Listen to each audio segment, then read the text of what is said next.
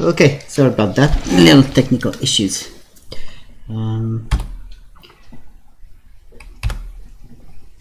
Last time we had talked about stress conditions. I will be posting the assignment at the break. It's a very simple assignment, you will see.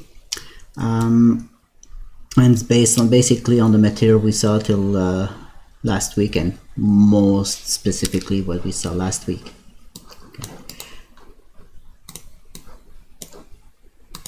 I did add also to the list of projects the material point method, and I will remind you to not forget to go sign up for a group. And also I don't know if many of you have had the chance to check the Discord and log into Discord, but it's a good, particularly since the groups are likely to be from students from Ottawa U, Carleton U, with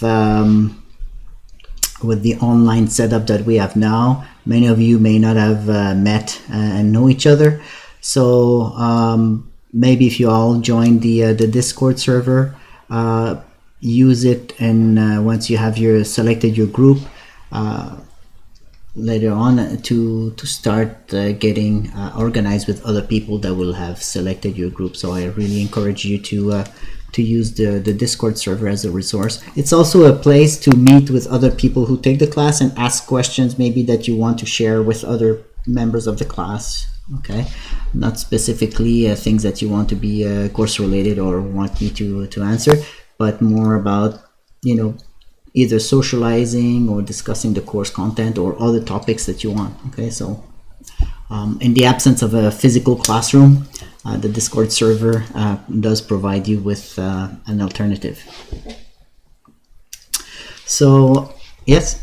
I actually had trouble choosing my topic. Not choosing it, actually. What I meant is when I try to select my topic in Brightspace, my name doesn't come up under my topic.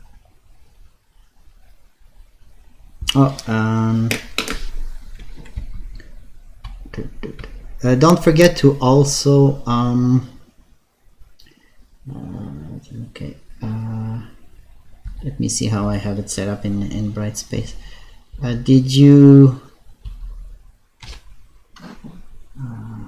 I tried it last week, and I tried it just before the class started today, and both times okay, have you tried going to the let me log into Brightspace. Oh, let's discuss it at the break. Okay, that way we can dedicate the time at the break for to do a little administrative things like that. I think it will be a better use of our time. So let's focus now on the content of the class, and remind me at the break that we have to go into this issue. Okay. So what I wanted to talk today is what I consider the fun part of the course. We're going to do a lot of work with finite difference, and I think you will come to enjoy what you can do with it. Okay. So the finite method, difference method, is basically a numerical method that allows the solution of differential equations in a very straightforward way. And so basically differential equations are approximate difference equations. Right? So we use finite differences to approximate the derivatives of a differential expression. So using the truncated Taylor series, truncated at the first term, we can say that very closely we can approximate an expression like d of y over d of x by delta y over delta x, where delta y and delta x are the difference, a specific interval within that those axes. Okay. So let's say we want to solve an equation, okay, like the quadratic that we have there. Okay,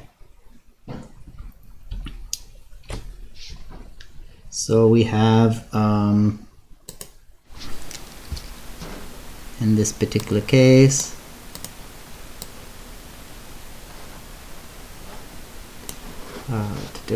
for x squared, so y is equal to 4x squared plus 5x, and we could express this so dy is equal to 8x plus 5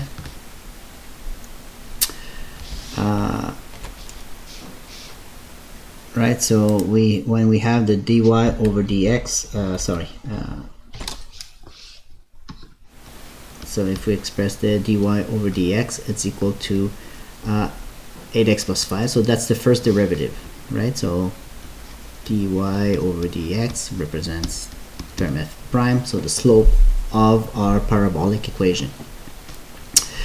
And so if we use the that same expression that we have, so we can say that dy delta y over delta x is equal to 8x plus 5, and so is equal to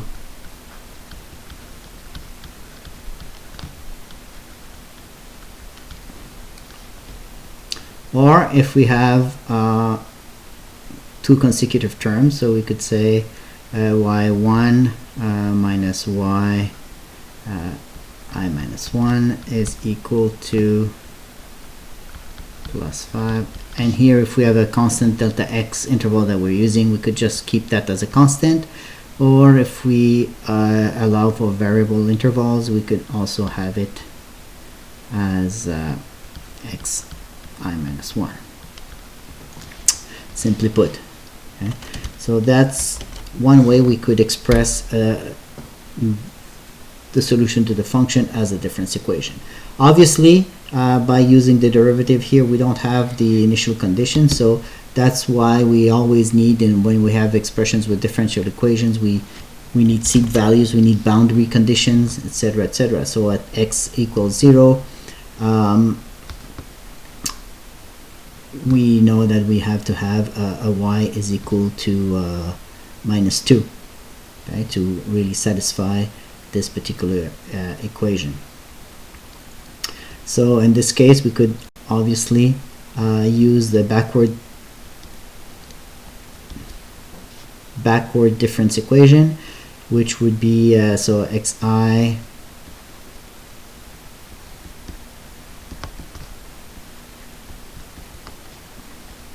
so plus the previous y, or we could use so if you use the forward difference, in that case say minus x yi delta x, which implies that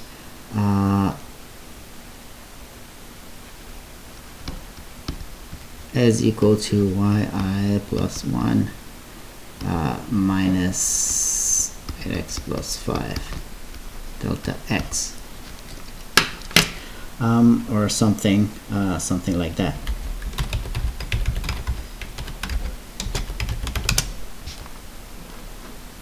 So how does that look like basically when you have functions like that? So if you have your x's and your y's, you have say value 0. No, maybe we can go to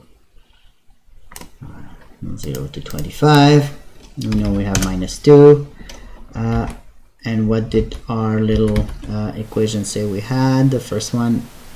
So if we have a delta x is equal to 1, we can use that as a constant value. So 8 times x plus 5.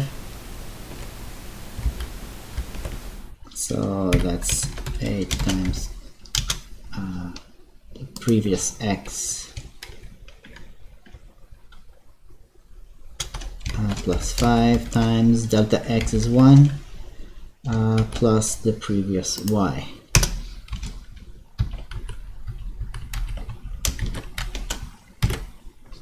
So that gives us an approximate value. Now the exact solution in that particular case would have been, so we had 4x squared plus 5x minus 2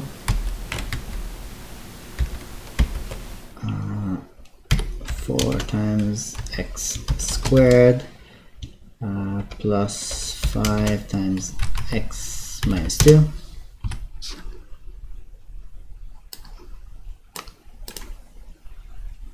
Okay, and obviously we get an error and a difference in our estimates.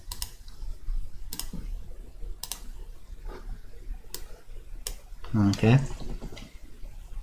of the two different values. So the second one here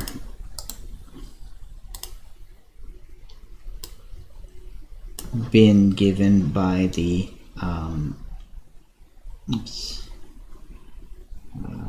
we want to select markers.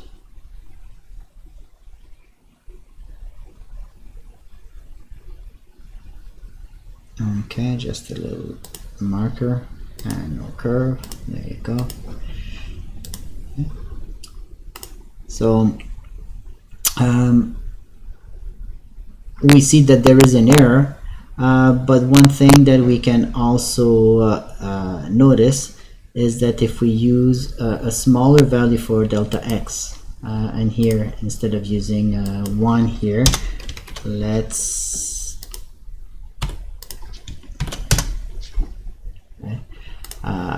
have this this value there. Actually, let's do a little something different. So if I had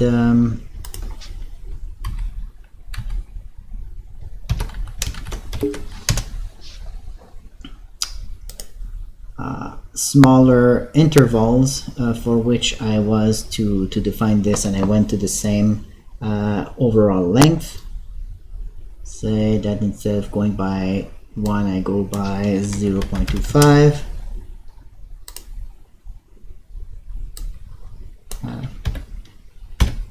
Okay, let's recopy these actually.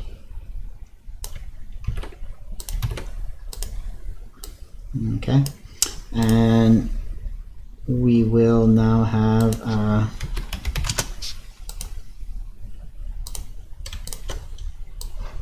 finer set of subdivisions.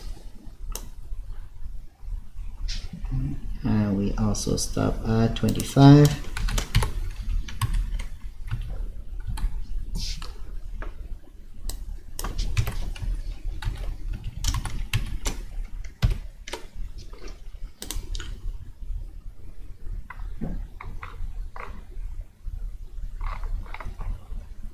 Oh, we went to 26 before.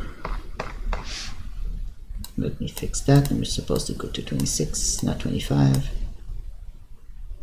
And there we go. Okay. And we can add here some data where the x values will be this one. And the y value will be this one. Okay. And if I format this last selected function with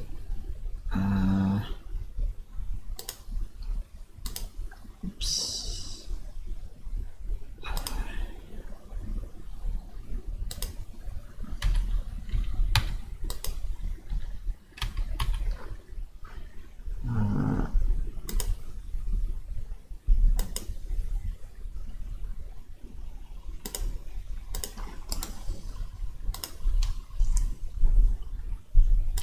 data ranges xy. Oops, I did not add.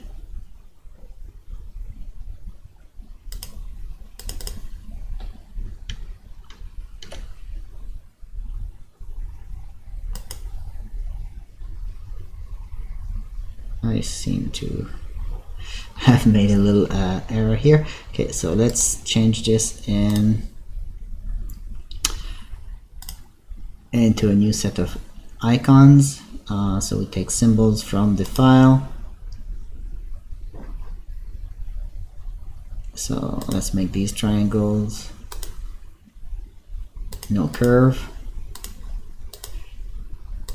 Okay, and now if we add a new series, okay, so that should be the theoretical one. So that will be provided by these first two columns.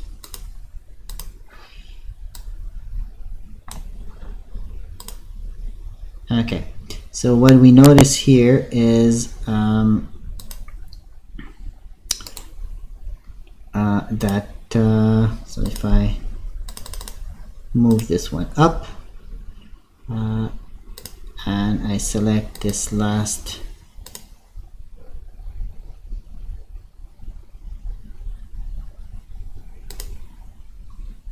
okay, so if I format that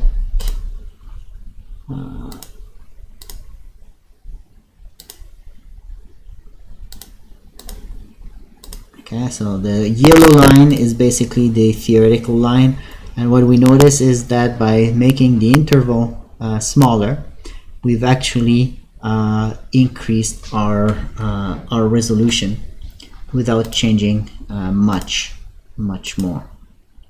Okay, so it shows the power of increasing the resolution, but of course we increase the computational power, and so we have to select what we're going to do with this. So are we going to necessarily make intervals smaller, or what is the alternative that we want to achieve, the objective? So yes. Yes. So the mesh size makes a difference in that the smaller the mesh, the more you approximate the solution, but you're increasing the computations. So you will have much higher requirements in order to solve that. Okay. So assuming that we have a problem that involves, for instance, seepage. In geotechnical problems, there are many equations or many conditions where we have to solve a differential equation. So those are typically problems of seepage, problems of consolidation, heat diffusion, contaminant transport, and you can think of many others, even in fluid flow, right? You have to solve differential equations to express the movement of water, erosion, same thing. So all practical problems require solution of differential equations. Okay.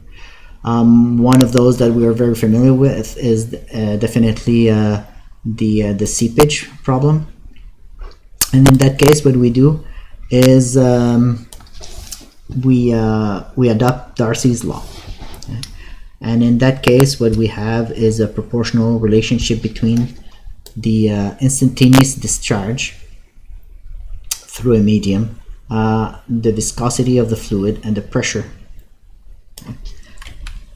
So what does Darcy's law tell us, basically?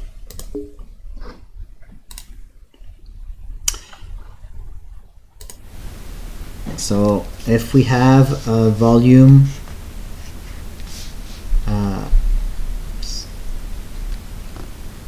okay, so the volume of water it's proportional to negative of the permeability times the cross-sectional area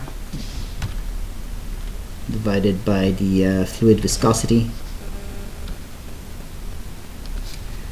times the gradient of pore pressure,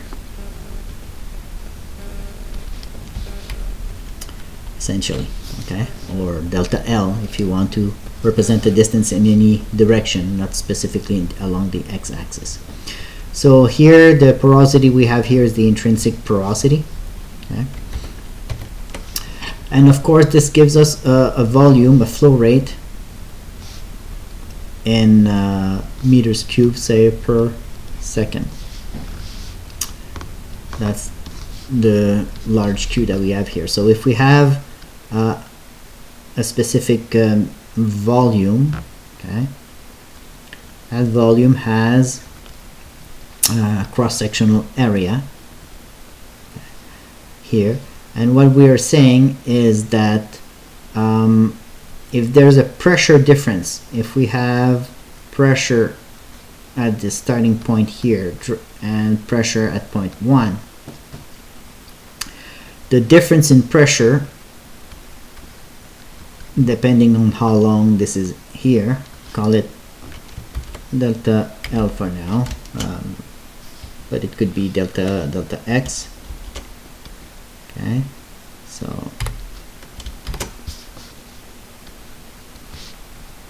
so what we are saying is that the flow rate is directly proportional to the pressure gradient. So the higher the pressure difference, the greater the pressure difference. So it's a linear relationship, right? And so that's directly proportional to the pressure gradient. So the longer, for a same pressure difference, if I make my domain, the soil component, twice the length for the same pressure difference, I will have half the flow, right? So the flow, if I keep delta U the same, but I have 2L, then I have delta U over 2 delta L, so I have basically, so if I have Q1 here, and I say that L1,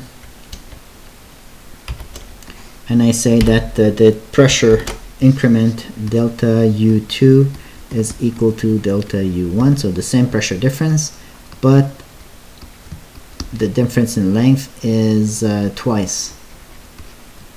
What I know is that because this is directly proportional, I will have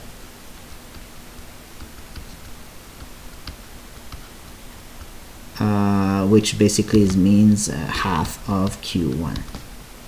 Right? Similarly, if I have half that length, I will have double the flow rate.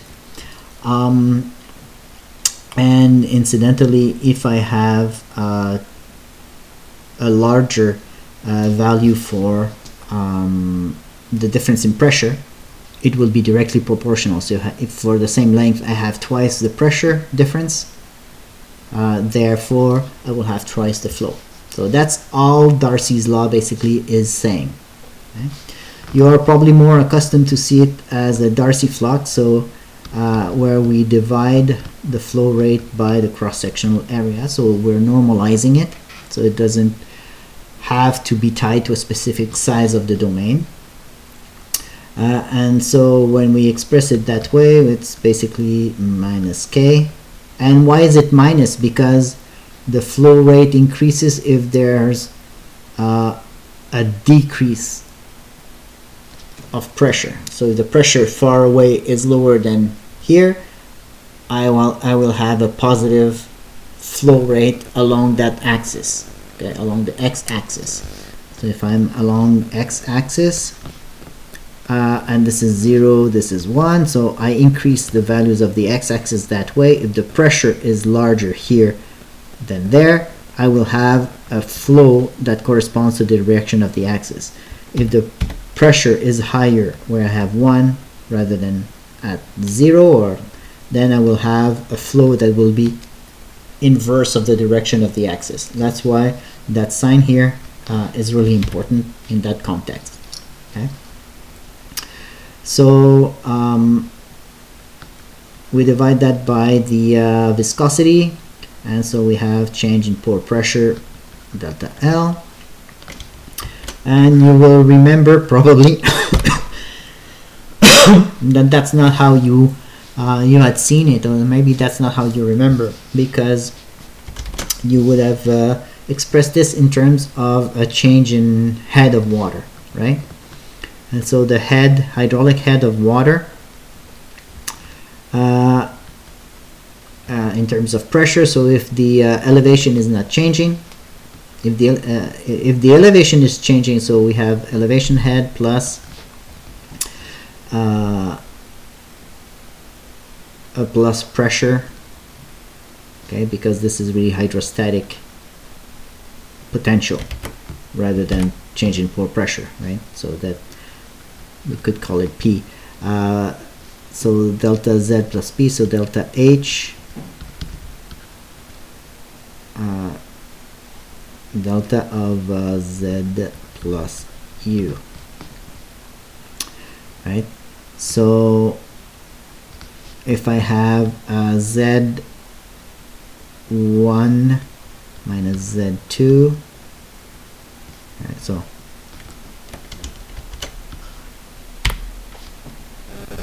if I have, in this case, Z1 plus U1 minus Z0 plus U0, right. So it's basically delta Z plus delta U. So as long as you're at the same elevation, you can say that the hydraulic head is equal to the pressure head, but the pressure head, obviously we're calling it's not pore pressure, so this is in meters. So how do we convert the pressure into meters? We have to divide by rho g, right? Because pressure is equal to rho gh. So we divide that by rho g and this term by rho g. So the delta U here that we want is equal to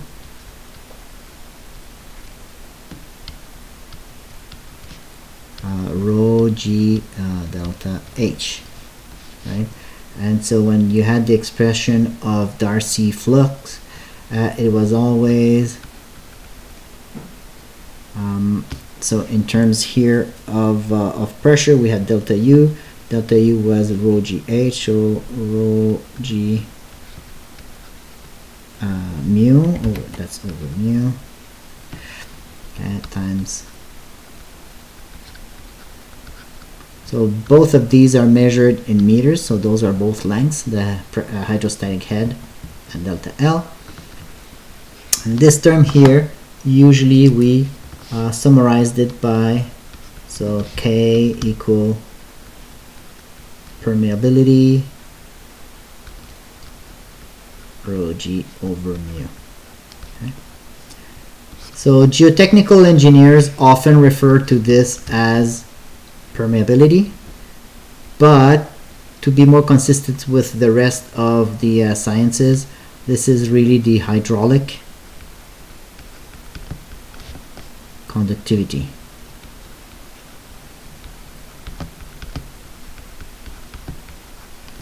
And this here, which is in other fields they will just call permeability. To avoid confusion, we can call it intrinsic permeability.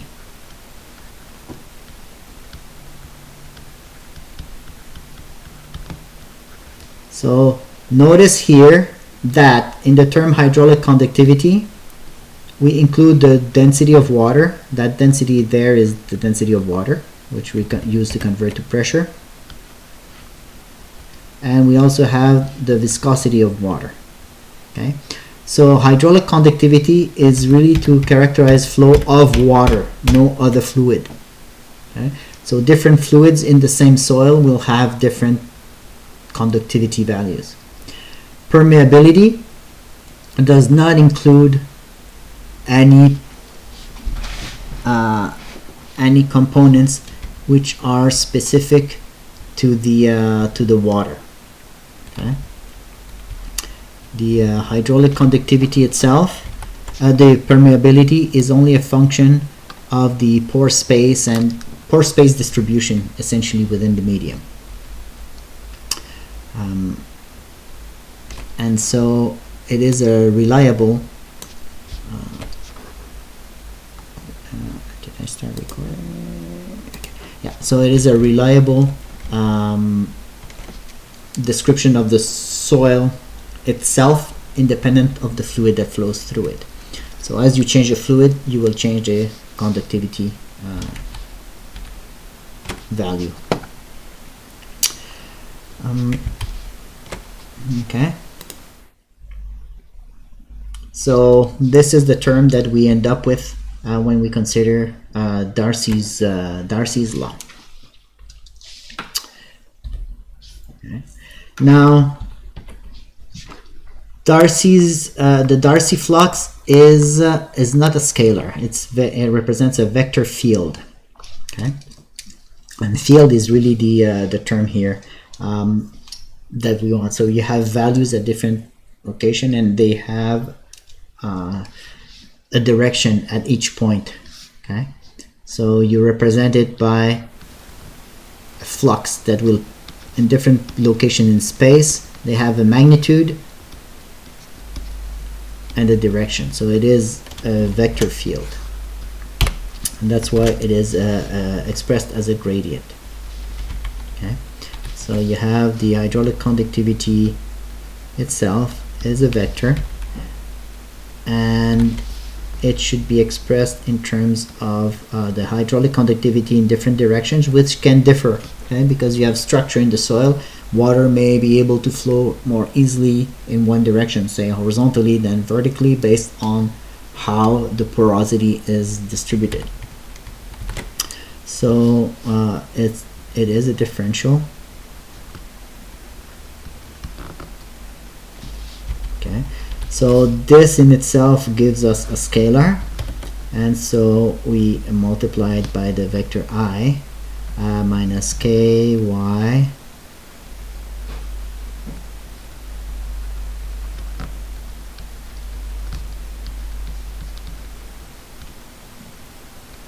times del h over dz times vector k. Okay, so we do have a directional value, and as you will recall from last time, that is basically our gradient component. Okay, so we have I mean, it can be a constant, but this could also be a vector k, which we multiply by the gradient of the hydraulic head distribution. So this is a scalar. With the gradient operator, it's converted into a vector, and this k value here is also a tensor. Okay.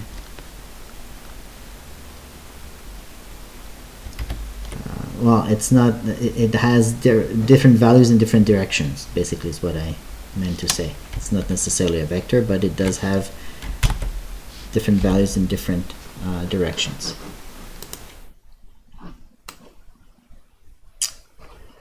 So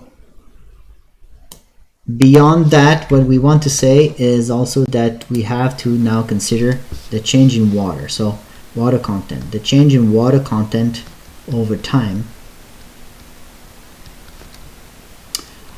is basically, so what is the flux Q? What is it telling us? it does have a direction, but more importantly, it tells us that if we examine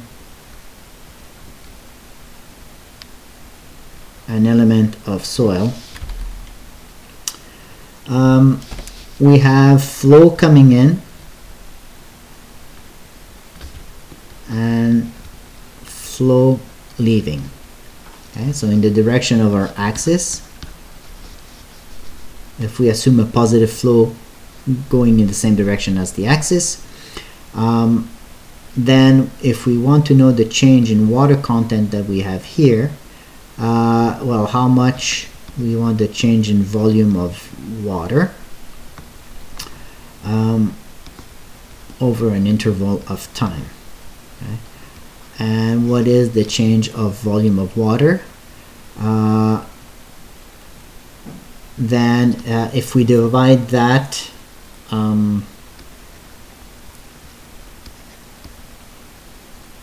water over the total volume, that gives us our change in water content, and basically our total volume is equal to what? So we have the change in volume of water over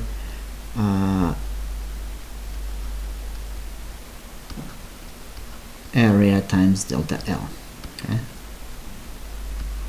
That's why we divide the flux, volume of water over area gives us a flux of water instead of a volume of change in volume of water. So the difference, therefore, in the flux of water is what comes in minus what goes out. So I have an increase. If there's less that goes out, I have an increase, and the delta Q, okay, so delta volume of water over A is basically delta Q. Okay, so delta Q over delta L.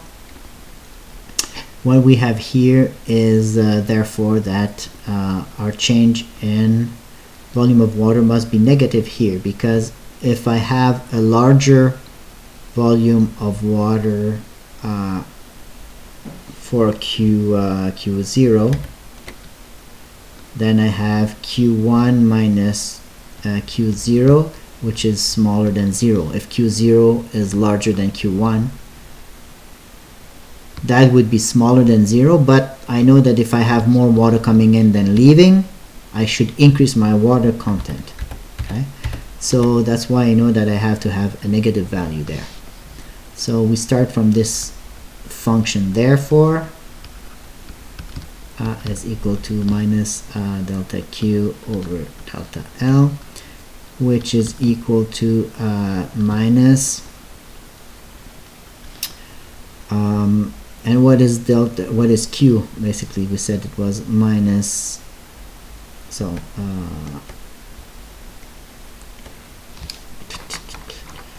we had defined it here in one dimension. We start always with the single dimension. We said that it was minus K times delta H over delta L, right? So it's minus K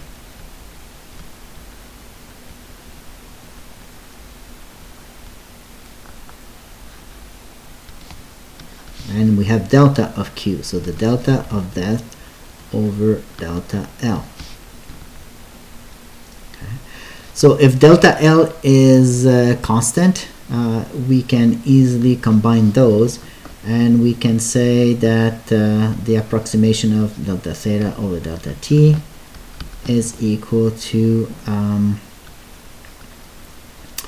delta of K delta H over delta L squared. If we have a constant L, it doesn't need to be, but it's important to keep in mind that we can have this specific notation. So if K is constant, assume that K constant, we have a single soil, okay? There's no material boundaries, so we could express this as k delta squared h over delta L squared. And that's why you will often find this derivative.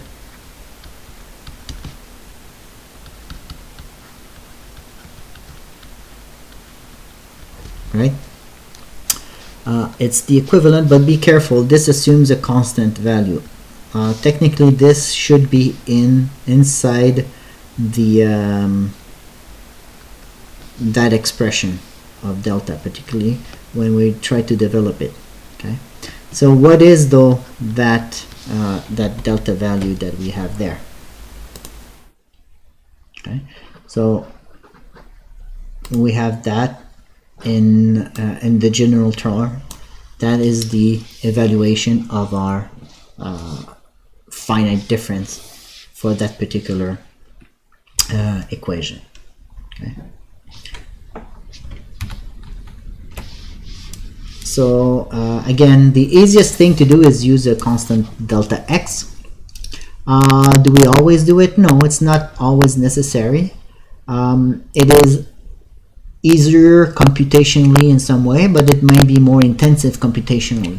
So we have to choose if we want to have more computations, more complex, but that will maybe have small intervals where they are not needed, or we allow for various variable intervals, but we will have to do more subtraction operations, which will add to the computational costs, right? So there's always a cost associated with doing things more finely, more repetitively. So allowing for variable spacings gives you the ability to reduce the mesh size, so you can have a more refined mesh where you need more resolution, and you can have coarser, larger spacing where you don't need it. But you add operations of subtraction rather than having a constant value that you can square and then multiply by everything else. So whenever the cost doing things one way overwhelms the cost of doing it the other way, then you can choose a different method, a different approach of doing things. But definitely, as a first approximation, using constant values tends to be the easiest thing to do, and so something that we often like to pretend is applicable when we're doing these kinds of problems. So if we assume, therefore, a constant x, let's first look at oops.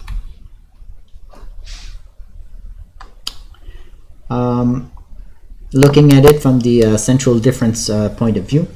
So if we want to, we consider that we are at the position of the point n, okay, or I is where we are doing our calculations. And so what is the slope at that point, right? The slope at that point, so we are looking at a point that's here.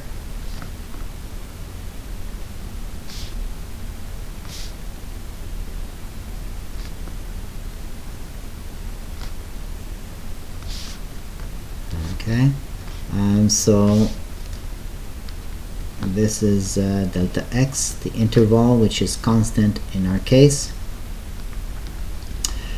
And so we evaluate, so at each position here we have x value, and we have the value of the hydraulic head h. So delta h over delta x at I, so if this is I minus 1, I plus 1, is equal to h at the position of I plus 1 minus h at the position of I minus 1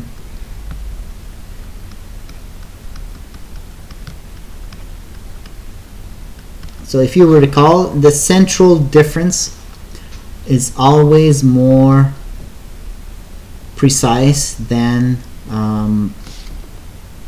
the forward or backward difference. So when possible, it's not always possible, particularly in time-dependent cases, you will find that doing a backward difference, like we did in that first example with the solution of the parabolic, you may have an easier time because you already know the past values. What you don't know is the future values. So looking past can be easier.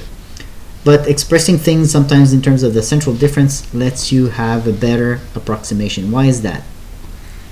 Because if you remember, if you have any point defined over a domain, right, and you want to find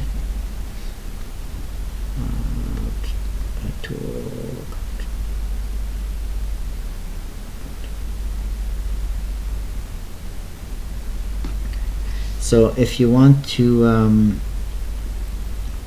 estimate the slope at that point, if I have a previous point, a future point, okay,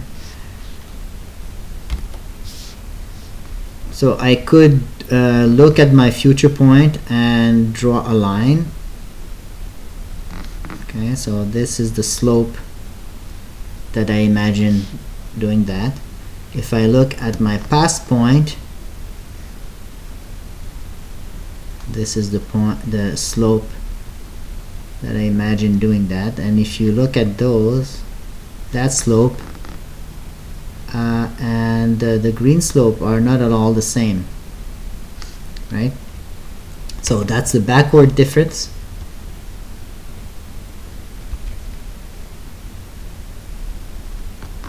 And this is forward difference. But if I look at my slope at that point, right, at that very point, my slope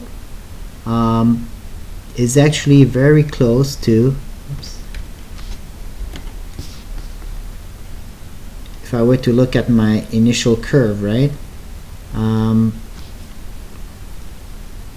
that seems to be much closer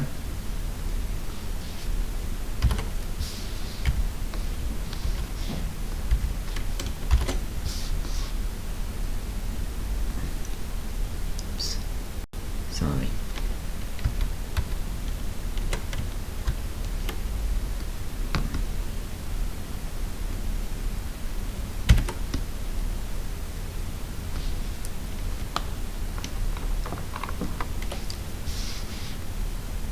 Just want to select this red line, but oops, there you go. So instead of selecting the red line, let's just move this apart, and what we can see is that at that point the slope of the red line is closer. Okay, so if we have a point in the middle, we take the same interval on both ends and we make a straight line between those two ends, that slope would always be much closer to the true differential derivative at a given point than doing a backward or forward difference. Okay? And that's why the backward, the central difference is always preferred. Okay? So as we go about using our central difference here, okay, central difference, we have to express it in terms of this value. So the value, because x is constant, we can also say that it's basically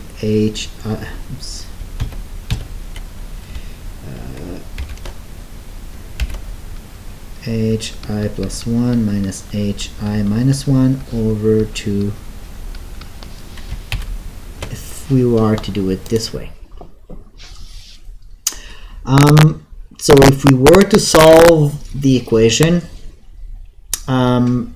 so central difference we said is better, and so we're considering doing it this way.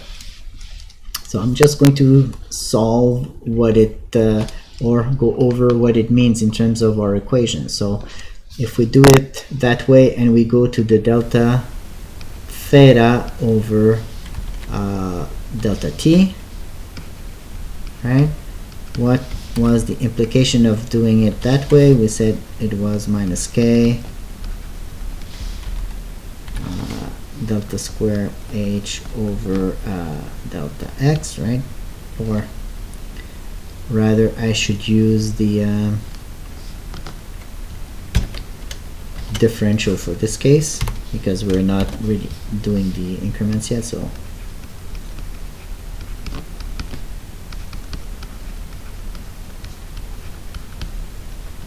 delta x squared, sorry. Okay. And that implies that if we consider an index n to be a value at different points in time, we have theta at time n plus 1 minus theta at time n, okay, over, let's assume a constant value of time increment here also, and that is equal to k times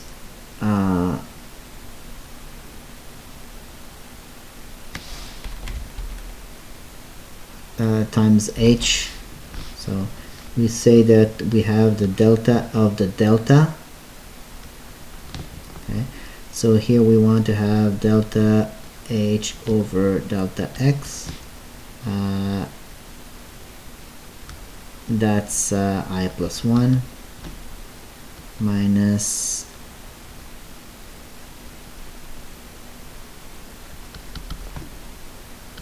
delta h over delta x I minus 1.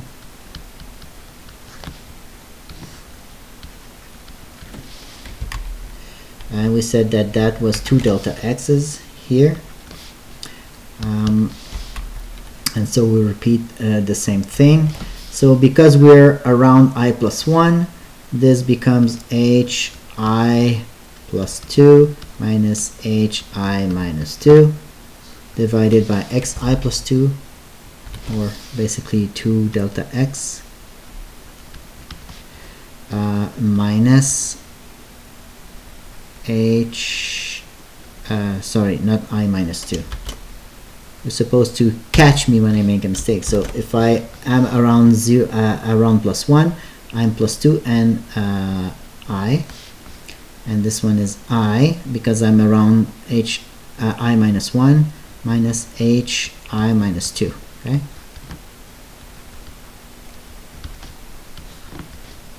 And so 2 delta x. So if we go about it this way, what we end up having is that we have h I plus 2 minus 2h I plus h I minus 2 divided by 4 delta x.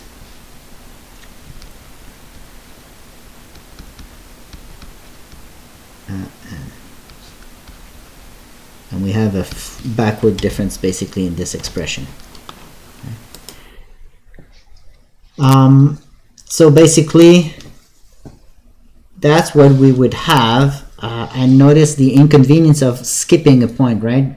hi is a function, is related to hi plus 2 and hi minus 2, and it does have some consequences if you try to solve it that way. But basically what we are trying to say here is that if we were to say that at steady state we have no change of water content, right? Because at steady state Qn is equal to Q out. Okay, that's the definition of steady state. We have constant flow, and so this term here becomes 0, and we have K here. So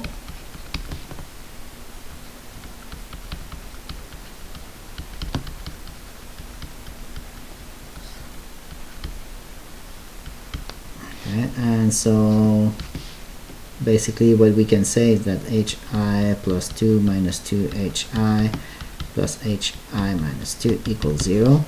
That's what we are saying here. You notice that though the points at minus 1 will be independent. Okay. Of each other. Okay. So by saying this, what we said basically is that hi is equal to the neighbors, or here this neighbors skipping 1, plus plus 2 plus hi minus 2 divided by 2.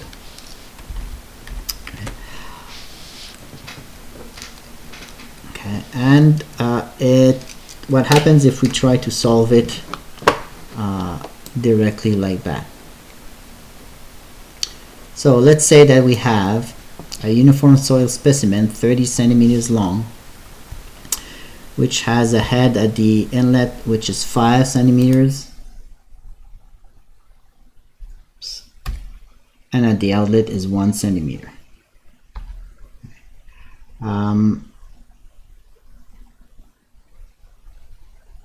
Okay, so what happens? Let's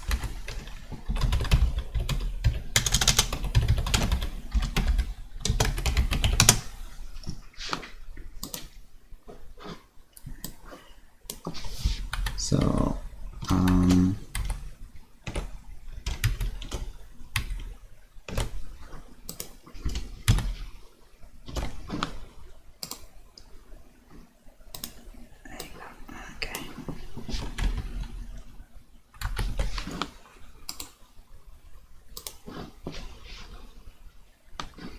okay, so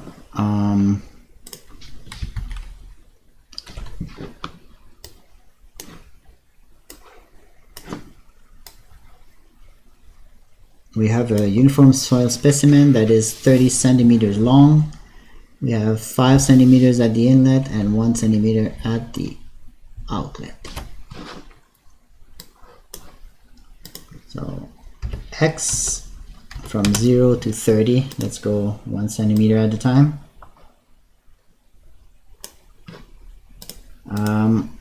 The hydraulic head is 5 and the outlet is 1.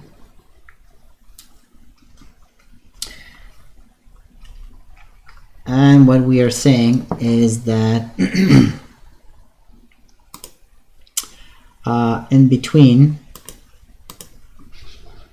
okay, the values are, so we don't know what the values are in between. So we're going to apply here an iterative method to begin with. We'll discuss how we could solve it in one go later on, but for this purpose, maybe an iterative method will be nice. So we don't know what the value will be in between. We could assume that it's all 5, and we will eventually converge to the final solution. So what we do here, that's our first guess, but we know that at the boundaries, so these are boundaries, and boundaries is what defines our problems. Okay, so we know that at the boundary we will always have 5 there, and at the other boundary we'll always have 1.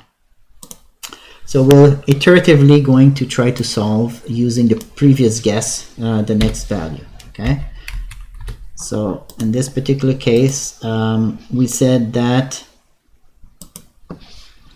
our values here were equal to the neighbors, to half the neighbors, so 0.5 times, not the immediate neighbors, but we said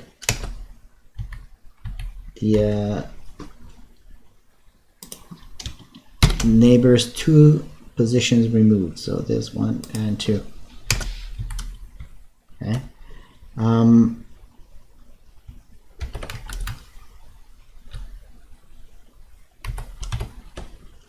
Okay, It does present a problem when we get to this one, which only has a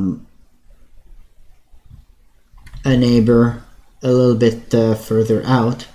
So, but we'll continue doing these calculations. So you see already a little problem with our little way of doing things, right? And if I was to now try to plot this against, say, our final value here, this is not a final solution obviously, but we're starting to converge a little bit.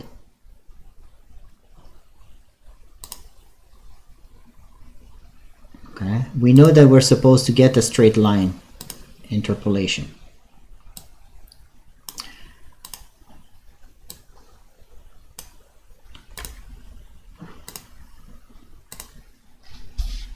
Okay, so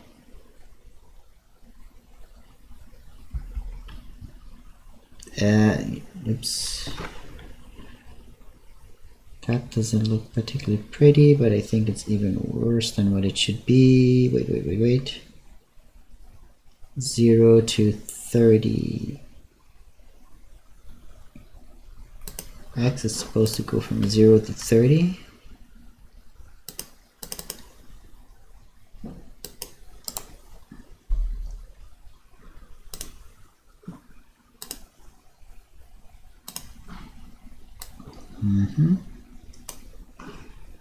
And Y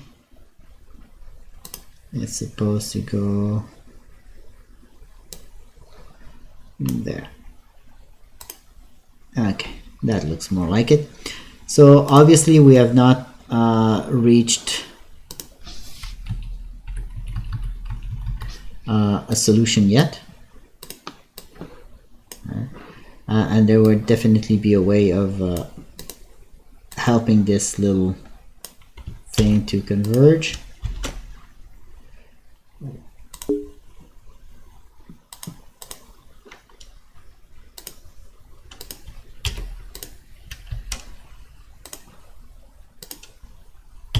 So eventually we're going to converge, but what are you noticing? Do you notice something problematic in this particular? Do you notice something that is problematic here?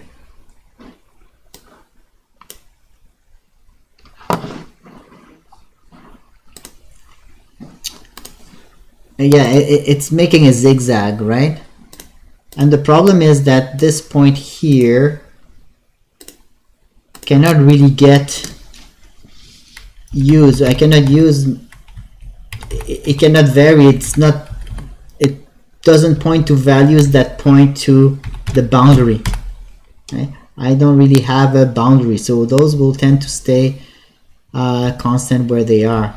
Okay, so their two equations are unlinked. So it was nice to do it this way, but because we knew that we had the difference of a difference, so but the problem is that because of we have the operator squared, by skipping a value, what we're actually doing is skipping in our solution also a value. Okay? So what we really should do in these particular cases where we have a second degree or second order, right? We say, okay, this is delta x, I agree, but let's assume that I want to find my central difference at the midpoint of that interval. So call this I plus plus 1/2. And this is I minus 1/2. Okay, so let's redo our equations now. Okay, but with that concept in mind. So again, we have here theta at n plus 1. Here we only have a simple interval, so we can keep it like this. We have a backward difference, so let's keep it like this for now, and say that we have it equal to k times the deltas of the delta H over delta X. Okay. And so what we are going to look at now is if I'm at the midpoint, if I'm in between. So at point I plus 1/2, my delta X, keeping the central difference, is H I plus 1 minus H I, okay? Because I'm in the middle. I'm at I plus 1/2. So the value of K that I should use there, by the way, if K is variable, I should be using here K that exists at I plus 1/2, okay? It's important because it's really the K in the middle between the intervals. So it keeps you conscious of what's the position of the K, right? So it belongs to the medium in between. The hydraulic conductivity of the medium in between is what belongs there. Okay? And the same thing between these 2 points is the medium in between, not at a specific node. So, but in this case, we're still assuming that we have a constant K, so that won't matter too much for now. So we have that over, now what's the delta X? It's xi plus 1 minus x, which is equal to delta x and not 2 delta x. Okay, so that's very convenient because we can keep delta x there instead of having 2 delta x, because before, when we had to go to the next point, it was 2 delta x that we needed to have there. So here we can keep delta x minus hi minus hi minus 1 over delta x. Okay, and therefore we get the difference in theta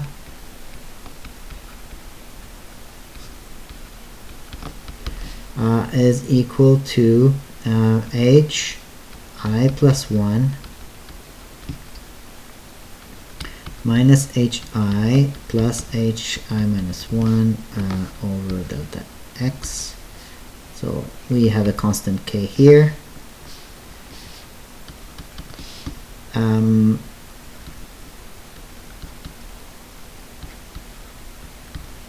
Times hi plus 1 minus 2 hi plus hi minus 1.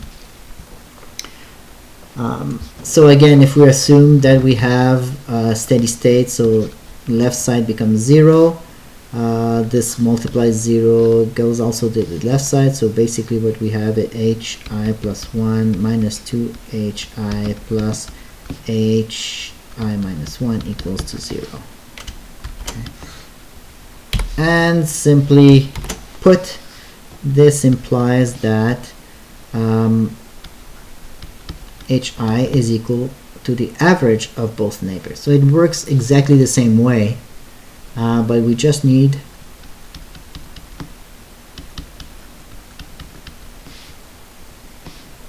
over 2 if I isolate. Okay. So going back to our little spreadsheet, it means that we can replace this, all this beautiful mess that we had here. We could replace it with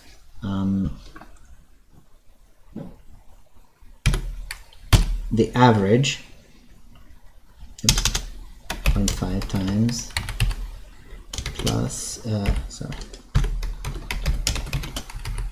the average of the two neighbors.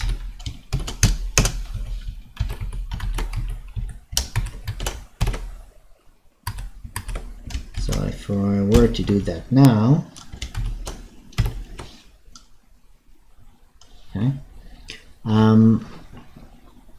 I would notice a much nicer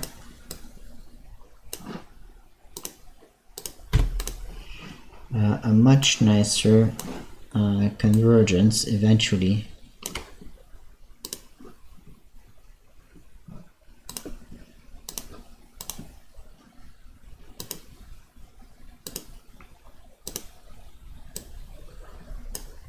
Okay? It's not converging yet, right? What are we expecting to get there in the end?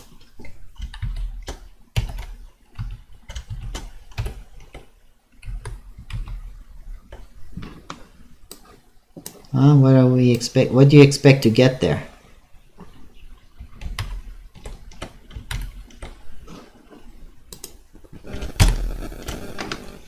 Can you hear me? Oh, okay. So what would you expect the distribution of pressures to be based on what your past experience is with hydraulic conductivity?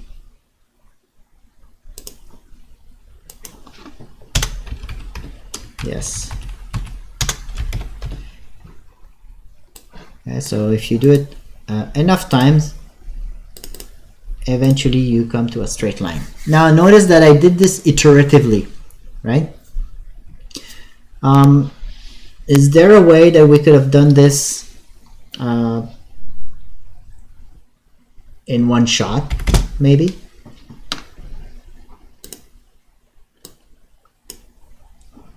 And what is the advantage of doing this iteratively?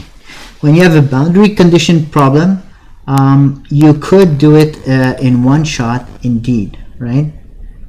Because what you end up having is really a set of equations, of linear equations. Okay? So if you look at what you have in terms of your equations, okay, what we're having here is basically this. Okay, now assume that I have just a few nodes. Okay, assume that I have H0, H1, H2, H3. Okay, H0, we said it was 5. It's a boundary condition, so that one stays the same. H3 is a boundary condition, it stays constant. But we don't know what the distribution is here, right? So how would we be able to fix this? Well, let's express these equations in terms of these values. So we would have so these are values for our h's, but it means that so we have the equation h0 equals to 5. Then we have h0 minus 2 h1 plus h2 equals to 0, right? Because that's the equation.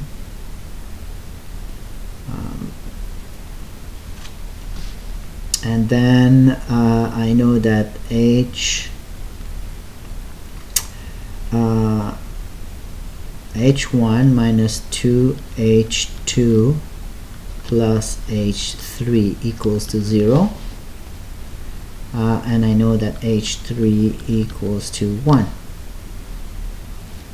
So if I express that in matrix form, so I know that I will have as my solutions 5, 0, 0, 1. I have here in terms of my my vector of variables, I have h0, h1, h2, h3, and what is the matrix that I need to apply to these based on the equations that I have there. And based on these little equations there, I have 1h0 plus 0h1 plus 0h2 plus 0h3. So if I were to multiply that matrix by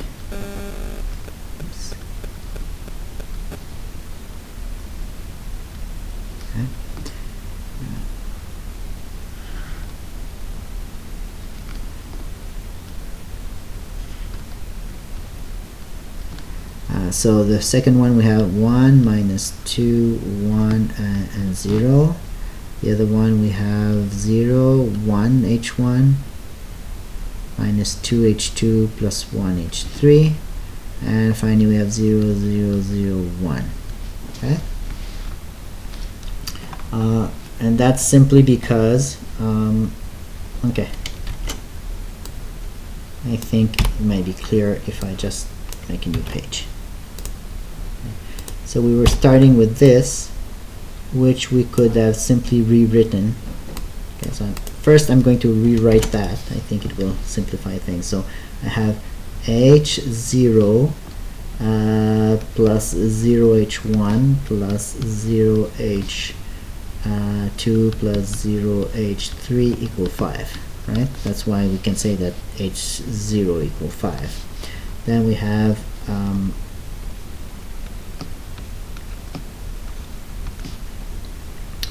plus 1 h2, so 1 1, that's 1 h0 plus 0 h3 0 h0 plus 1 h1 minus 2 h2 plus 1 h3 equals 0, and 0 h0 plus 0 h1 plus 0 h2 plus 1 h3 equal 1. So you agree that these two sets of equations are the same?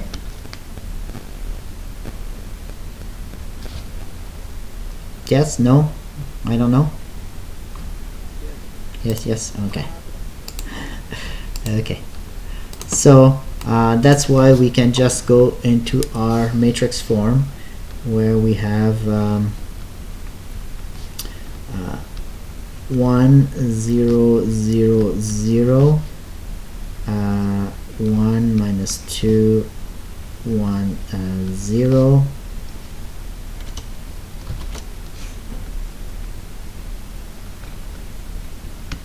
and then we have 0 1 minus 2 1 and 0 0 0 1.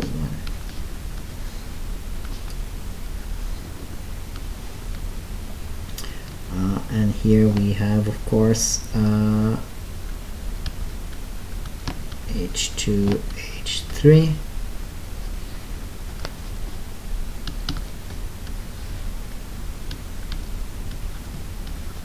so if we call this matrix M,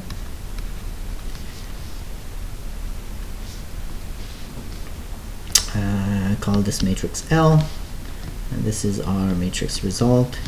So the result is M minus 1 times L, the matrix product. Okay? And in theory we should be able to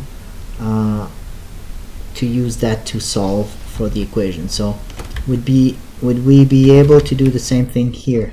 We have 31 points, so we need a matrix that is 31 by 31.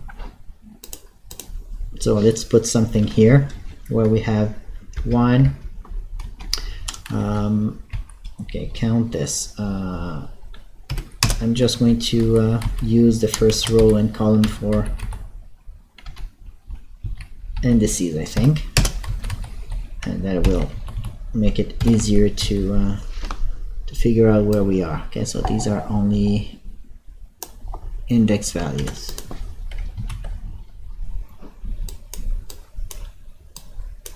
Okay, and so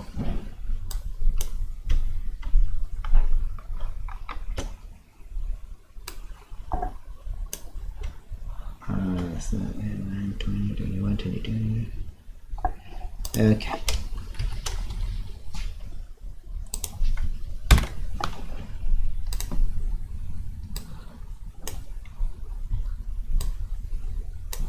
Okay, so we have a matrix. We can establish our matrix here, and the pattern is 1, and then actually let's start doing things the easy way.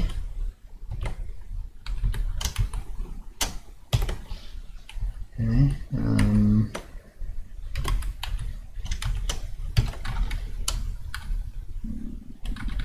Okay, because everything else will be 0, so we start filling it, everything with zeros. We know that our first and last one will be 1s. Our corners there, so we can fill them. And now we have our little pattern here: 1, -2, 1.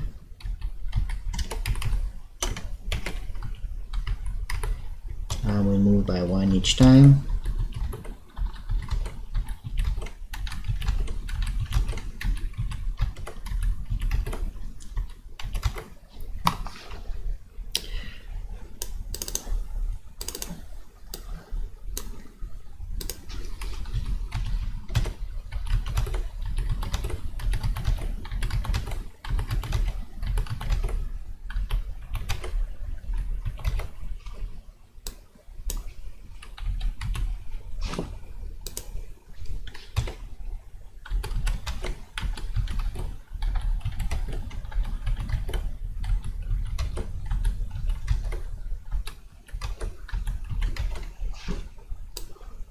Okay, so that looks like the matrix we wanted. Let's call it M. I just select the range, put M, and that's matrix M. Okay.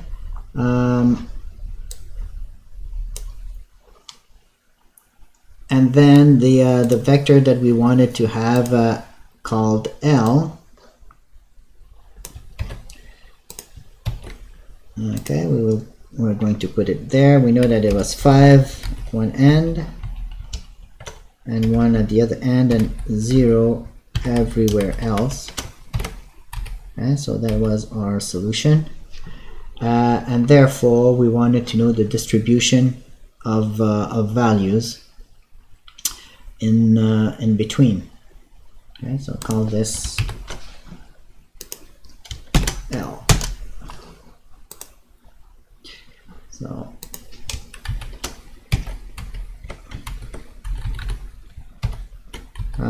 here I will put X,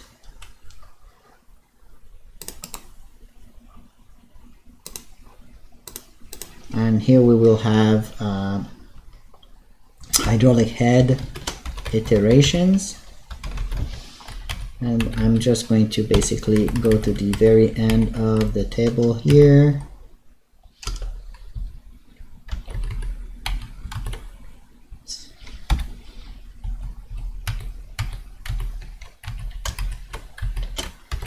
Okay, these are the values that we have, and here we're going to do the same thing that we did in that table with all these iterations. We're going to try to solve it one go. Okay, how do we solve it in one go? We should probably have something like a matrix operation, so matrix multiplication. And we have inverse of matrix M, right, times matrix L. Oopsies, did I not define M? Let me check.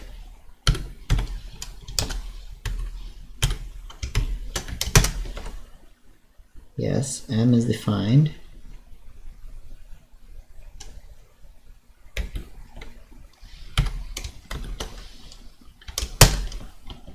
Oopsies, L, that should not be L.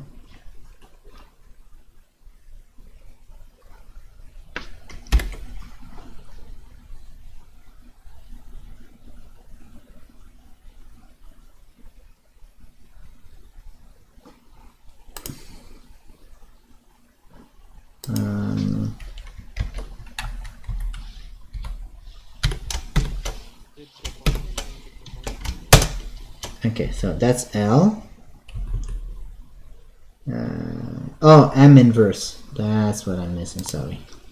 I mistyped the function. Yes, you're right.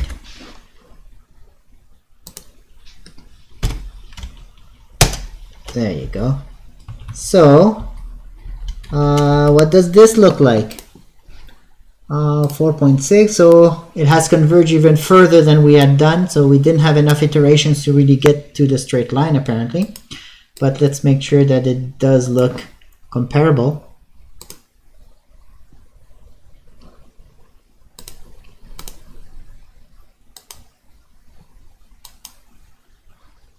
Okay, so both lines seem to be exactly overlapping in this particular case. That's why we can only see one line here. So let's try to do something to show it. So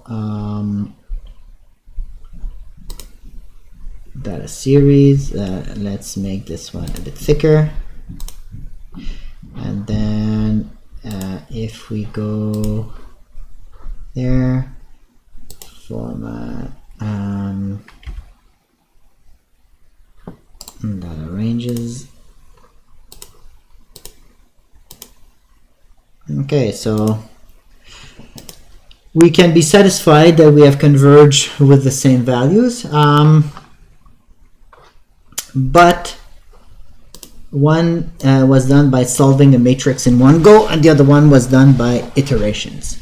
Do you have observations to make about one method and the other method?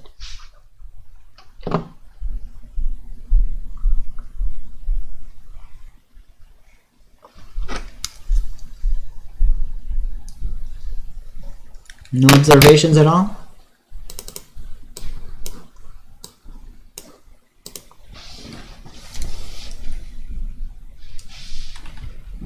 Can we do this in the MATLAB interface? Of course.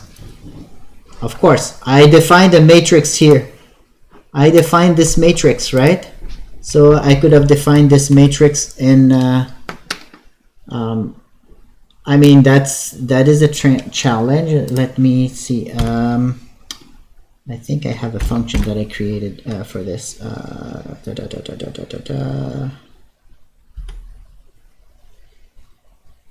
Range. Let me just give me a sec. Macros. Edit macros.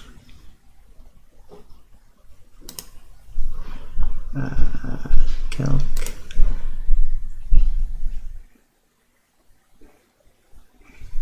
Range concatenate.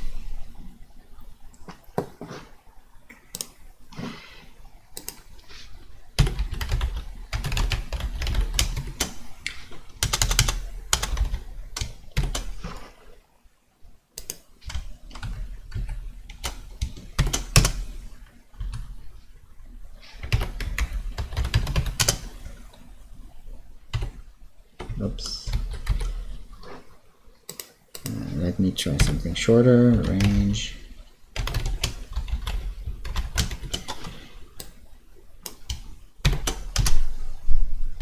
It does seem to work to some degree. No, this I made that function. I'm just trying to see if I can use it to range concatenate.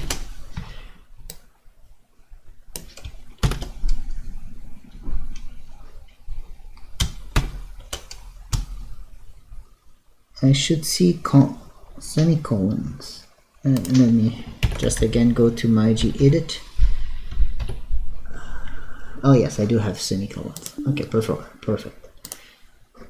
So close.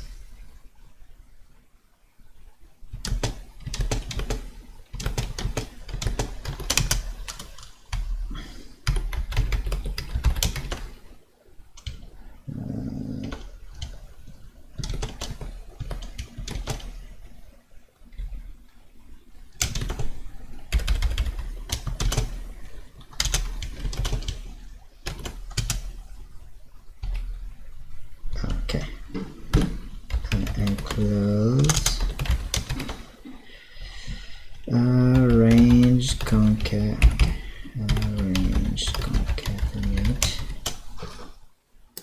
That's a little function that I made that puts commas and things and semicolons. and I made another little function called enclose that I can share with you guys. Enclose in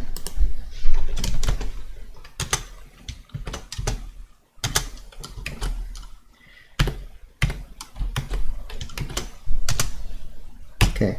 So now if I were to call, say, Octave or MATLAB,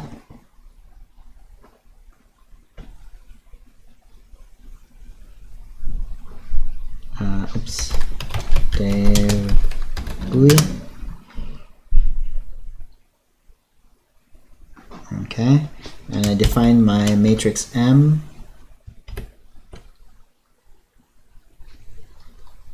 okay, and then I will define my matrix L the same way. Arrange, concatenate,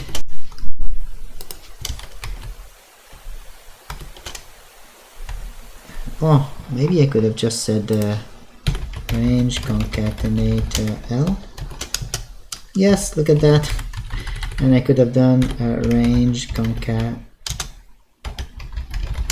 M because I already had them defined. See, I forgot to use my own defined ranges. So that the defining names in spreadsheet is super powerful. Okay. So, Professor, this is also there in the Excel spreadsheet? Yes, you can do these things also in Excel. Most of the functions will be common to both. Can you repeat how to create a matrix, how to define a matrix? You just okay. I just selected my range and I gave it a name here. I went here and gave it a name. Okay, you can do that also in Excel. And I think you go to change names. Control F3. It's in OpenOffice. I think it's the same in Excel, but probably in the menu you can say define range, and I would have to explore a little bit to tell you exactly how to go to name ranges. You can do it on Google Docs, also on Google Spreadsheets. You can do it in Quattro. I will try to give you as agnostic functions as I can. Now these two functions are functions that I created myself in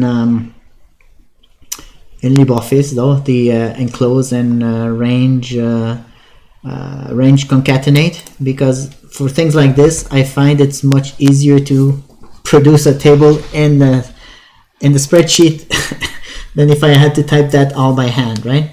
So short of having a program that will generate the matrix for me, spreadsheets are very useful to do these kinds of things. Okay.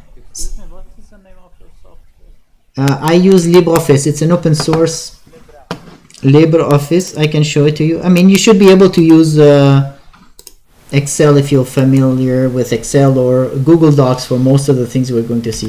LibreOffice or OpenOffice, there are two, you have a choice. They use exactly the same file format. One is a fork of the other.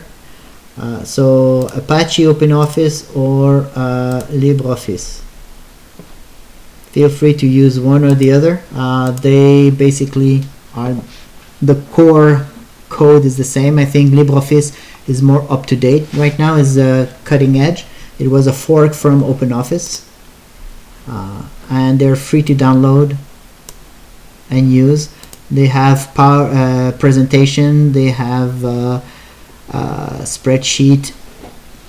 The word processor seriously is much better. If you're doing a thesis on word processor rather than using LaTeX, then I would highly recommend switching to LibreOffice rather than using Word. Word, you feel like you want to shoot yourself when you're trying to do a thesis and you have lots of references, you have lots of equations, formats to change. There's just a lot of things. Images in Word are very badly handled. So as a rule, I like to use LibreOffice or OpenOffice. Either one of them will work similarly well. Okay. So as we were showing here.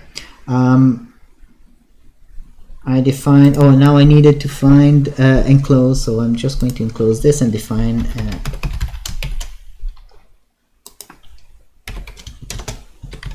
oops.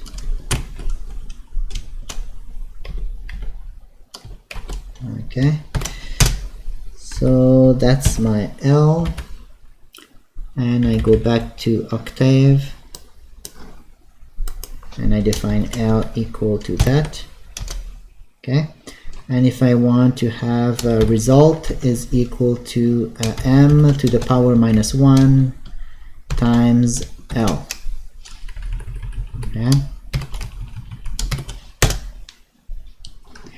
and there, let's compare these values to the values that we had calculated on the spreadsheet. Okay, so go back here.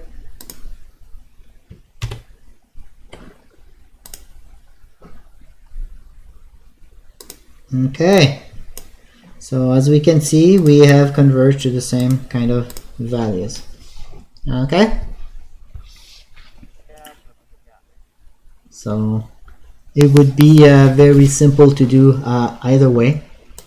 Okay, and on a spreadsheet or on MATLAB or etc. etc. Although, as you see, a spreadsheet can be a good tool to build. So if you want, if you're going to do something repeatedly and very specifically, you can use your own program and generate these matrices by some automation. But sometimes if you're doing one-of-a-kind things and you don't know what you're going to do today or tomorrow, so it might just be easier to use a spreadsheet as a working tool, even if you're doing the final analysis on MATLAB or Octave. Okay, so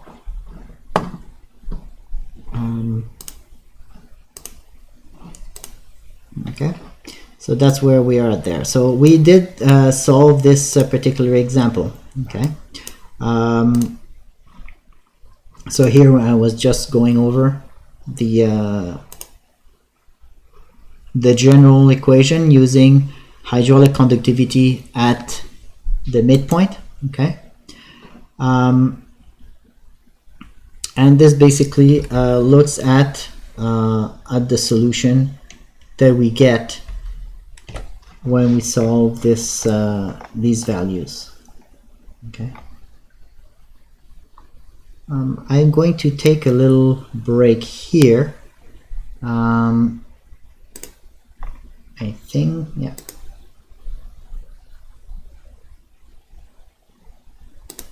Okay.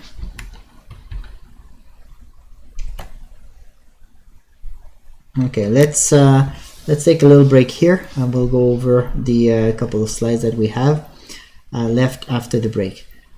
I wanted also to address something.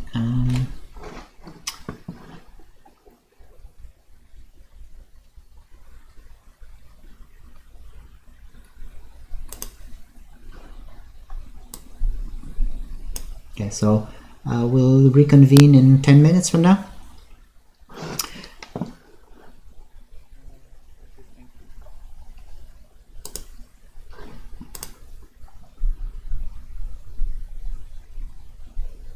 I'll pause.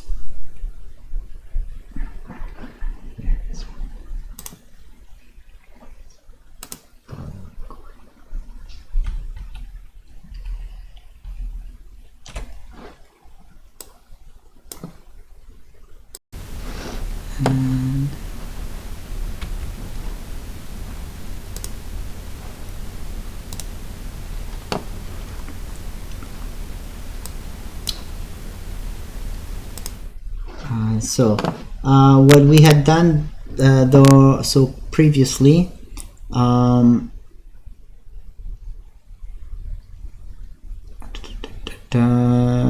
I am looking for my spreadsheet. Okay, So if we look at our spreadsheet, so let's see. So we have the convergence from matrix, which is the red line, and we have the other line, which was the one found by iterations. So what we're going to do now, we are going to add a few new values, curves in here. Okay. It's oops. Let's call this H. Is it not?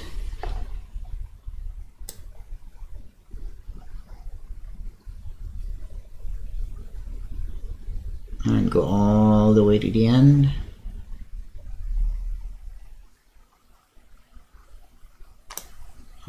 Okay.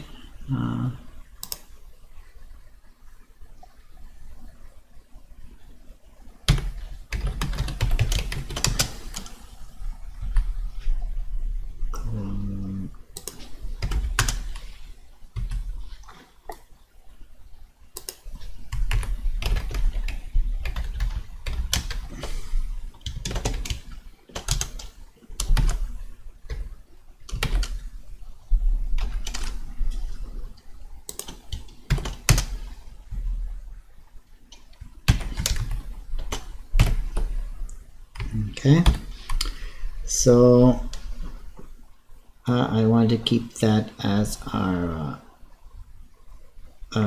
values,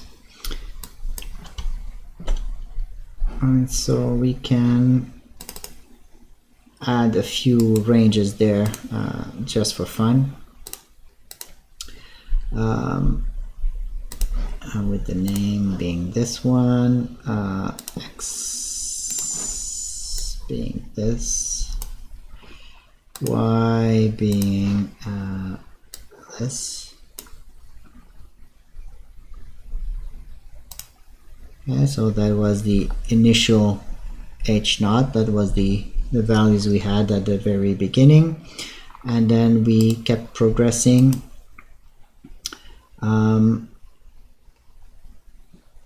So if I were to add a value here,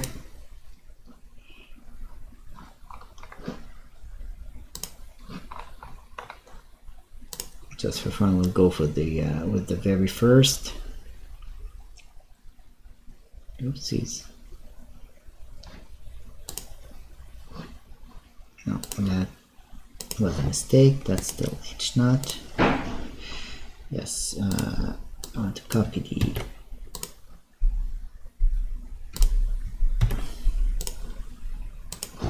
H1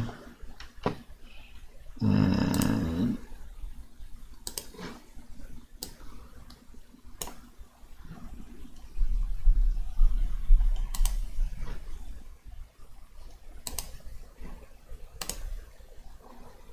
oops.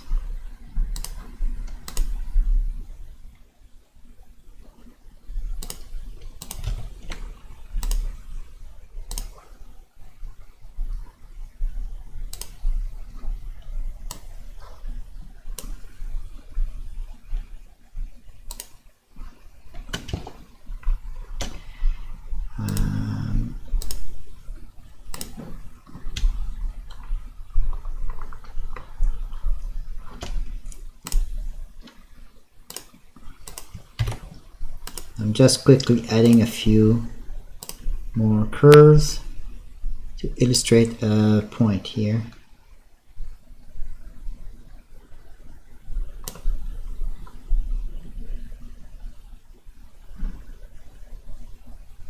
Okay, add maybe 500.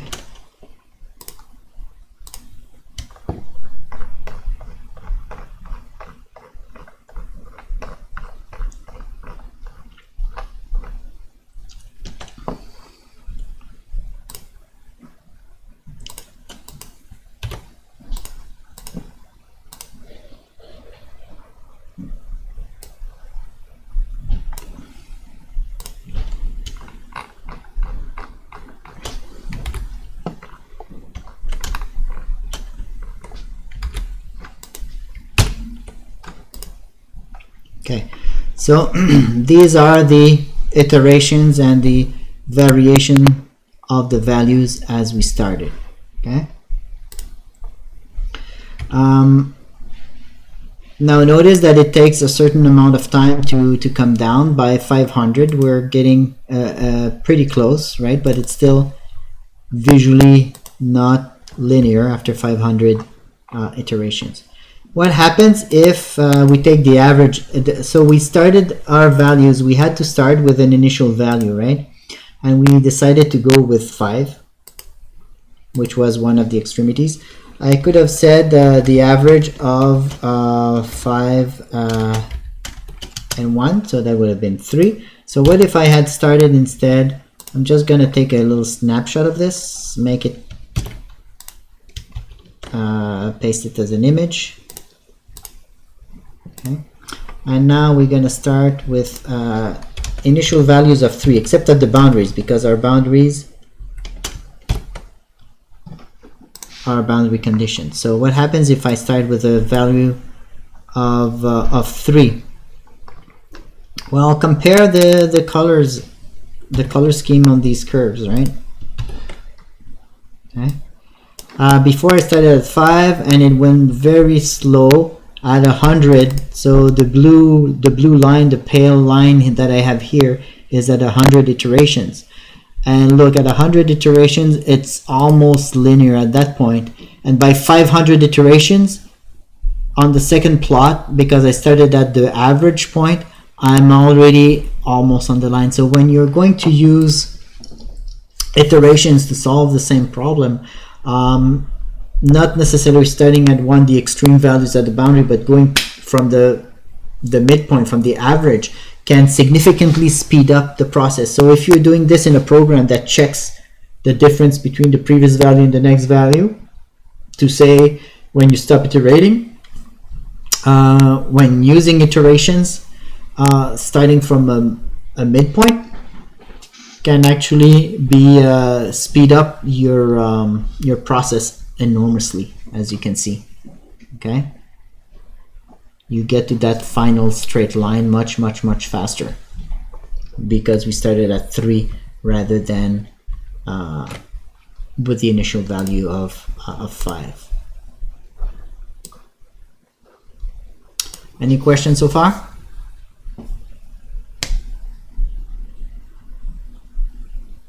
So I have a little question for you.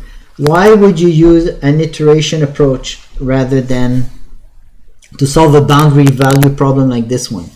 Why would you choose an iteration approach rather than say using the method that we saw there with that we used even Octave to solve for us, right? So the codes of the data final will be the same, right? Yeah, the final solution will be the same. Just one uses many iterations, the other one uses the matrix to do it in one go.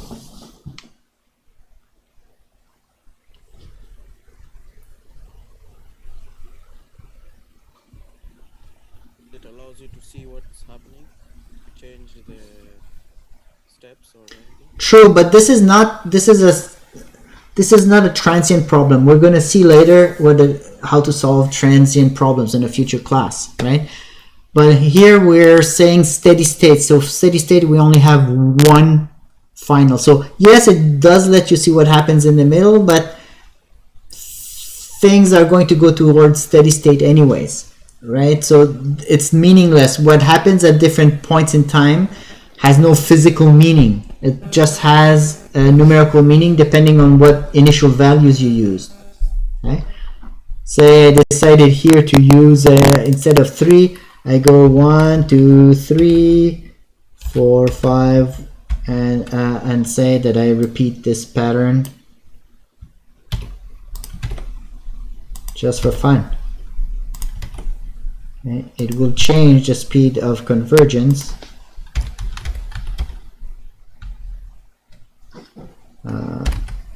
Okay. See, it changes how it converges, but ultimately it goes to the same steady state line. and actually as fast as just using the average. Okay, I had sharp spikes. So the picture is different, very different, but it has no physical meaning because it's not a time dependent problem, it's only a boundary value problem. Okay, so it's steady state. So although yes, it allows you to see what happens at different steps, for this particular type of problem though, that's not an issue. Because it's simple. Yes, simple to implement. I mean, and here I did it on a spreadsheet, right? But realize that all these columns that exist there, you would not need them if you were programming this. You just need this column, which is your previous state, and then an array of data, which is your next state, right? For the matrix one, I had to use this huge matrix and this vector, okay? As you go into many nodes, many points that can go into the millions, you may just not have the memory, because if you have 3 million points by 3 million points, okay, what's the size of the matrix you need for that? If I do it with this method, I just need 6 million points, right?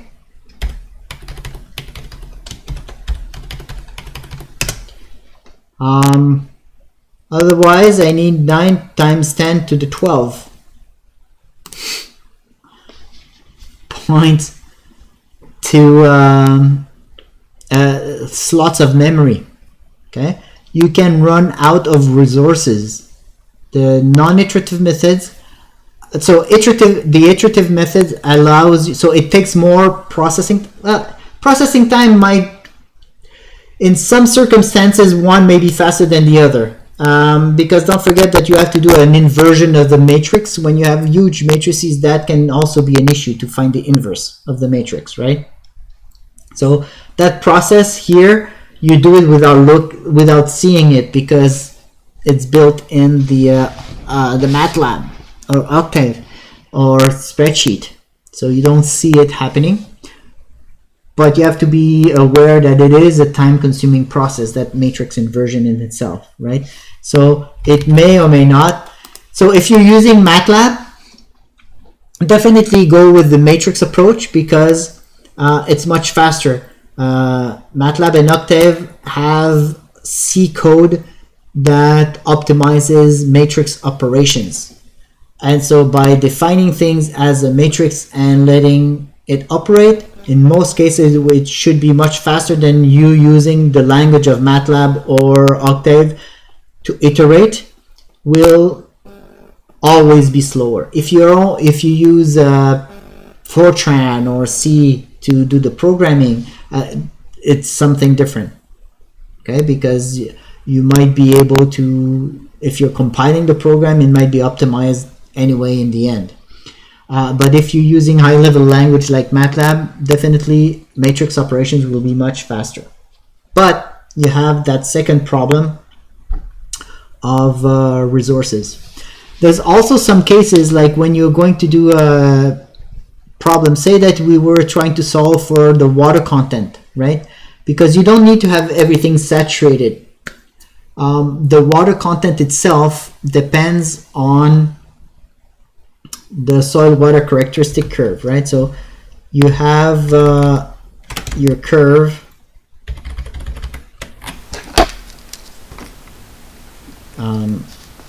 you have your d theta over dt,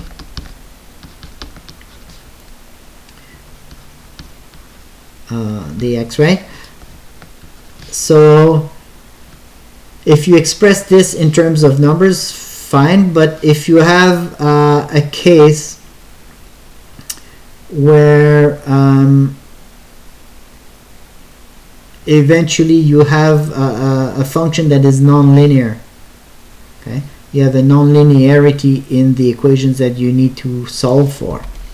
In that case, you might have trouble. So you want to express the hydraulic conductivity K say, if you have unsaturated, even if you want to go to steady state, so fine, this is equal to 0, perfect. But the hydraulic conductivity is actually a function of the water content, which itself is a function of the hydraulic head that exists, right? So at each iteration, you find a value of H, you use it to estimate the water content, okay? Because I mean, you can express that in terms of pressure or suction. You can have negative heads, right? So the negative head will give you negative suction, and you go to your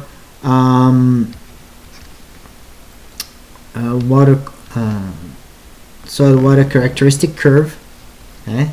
And now you find, okay, so at that suction that I calculated, that corresponds to this water content. At this water content, now you have another function that relates that to the hydraulic conductivity. So, oh, I have a new hydraulic conductivity. I plug that back into my equation, and I find the new verse. So there's no way you could do that in a matrix. Okay. The next problem we're going to solve, I think we're looking at the variable hydraulic conductivity. So in this case, we were able to do it without considering hydraulic conductivity because we were only considering one type of soil. But if you have different soil horizons, hydraulic conductivity comes into play. If you have uniform soil, no big deal. You're considering saturated everywhere, no big deal. But if you're considering the possibility that things are not going to be saturated, then what that means is that you have to have the correct hydraulic conductivity for the correct degree of saturation or for the correct water content, which itself has to be the correct water content for the given suction that you have, which is tied to the hydraulic head, right? So those are all interrelated. You just cannot do a simple matrix that will solve for it. Okay? You have to do an iterative method. It's the only way to solve that kind of problem. Okay? So the iterative method, there are some kinds of problems that you can only do it iteratively. You can never use just a matrix to find a solution in one step. But be aware that it is possible to find a solution in one step. Sometimes you will compare finite difference method with finite element, and for boundary value problems, you might be tempted to say, well, in the finite element, I can just solve that matrix. It's the same. You're going to solve a very similar matrix for one method or the other. Okay, and you could do the boundary value problem. Be aware that even in finite element, if you have nonlinear problems like this, you still have to use iterative methods internally to be able to reach a solution. Okay, you would have exactly the same kind of problems. Okay, so if we use a spreadsheet and the finite difference method to establish hydraulic head profile across a okay, so this time we have a layered soil, so I should correct this statement actually. The soil is no longer uniform, but we have 3 different horizons. Okay, and in this particular problem. Okay, so how do we go about solving it if we have 3 different horizons? Okay. Well, we go back to the solution of the finite difference method. Okay.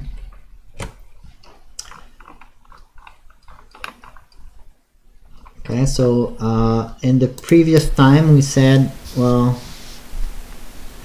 we had steady state, so change of water content over time was equal to 0. And that was equal to K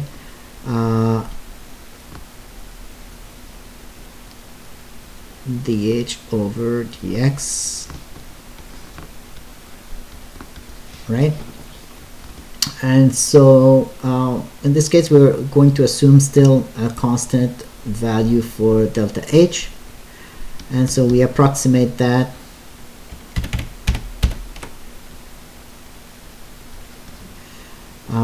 Oops, sorry, I should have kept the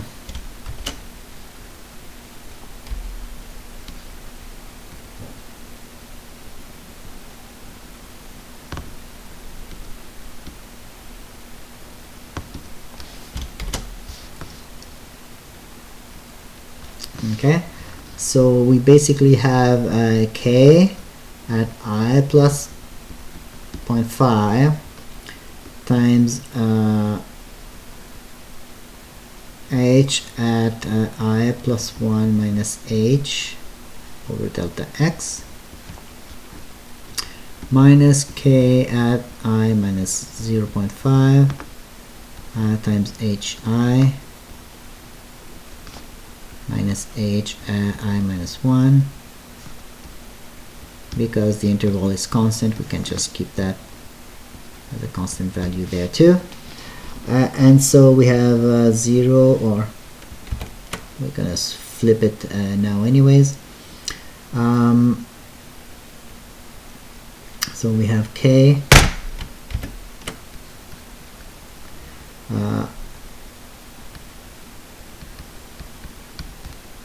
times h I plus 1 minus k I plus 0.5 times hi minus k I minus 0.5 times hi plus k I minus 0.5 times hi minus 1.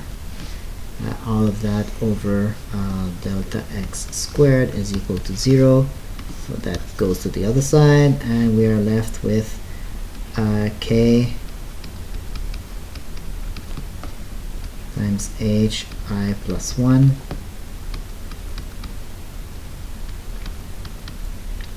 0.5. So let's put the hi together. So minus k I plus 0.5 plus k I minus 0.5 times hi. So instead of having minus 2 hi, we have minus the sum of the two values of the two hydraulic conductivities of neighboring cells, plus k I minus 0.5 hi minus 1.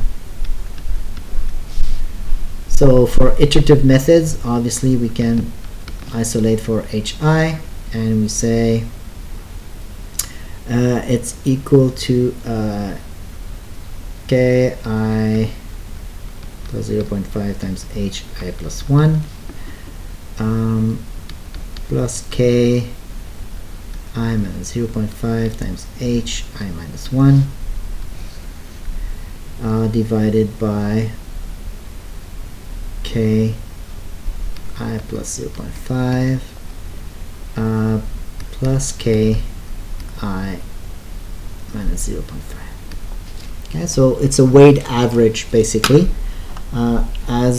whereas before we had a straight average. Okay, so if I were to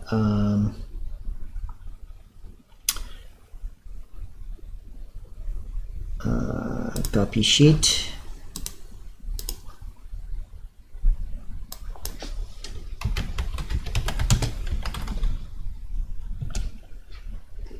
okay, so with variable soil, let's add ourselves a little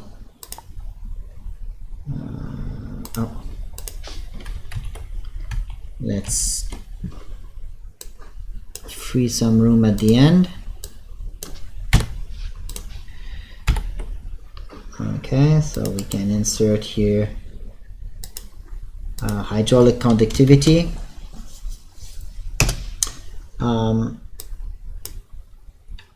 And so we said, so we could have the hydraulic conductivity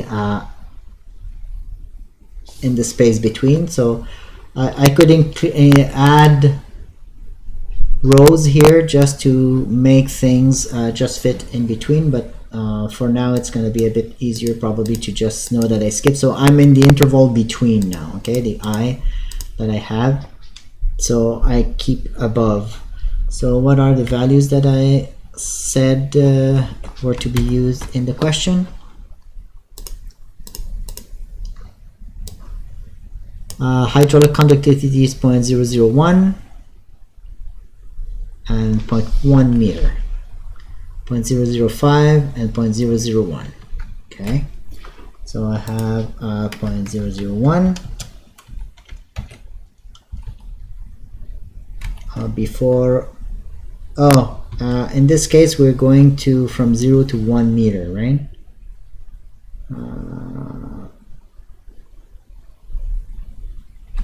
Okay, so I could have just had points here.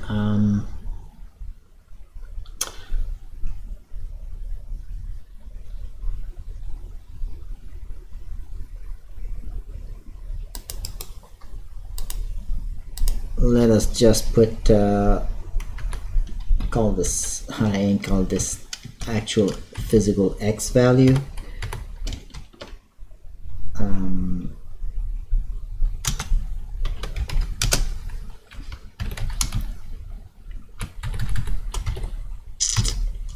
Please over 30. Okay, so now this varies between 0 and 1 meter. And so the hydraulic conductivity is 0.1 up until 0.1 meter, because that's the node before. So this is between 0 and 0.3, that first one. So this is between 0.3 and 0.6. Oops. And this is between 0.6 and 0.1. So I stop there. After that I have 0.005, if I'm not mistaken. Okay, 0.005 up until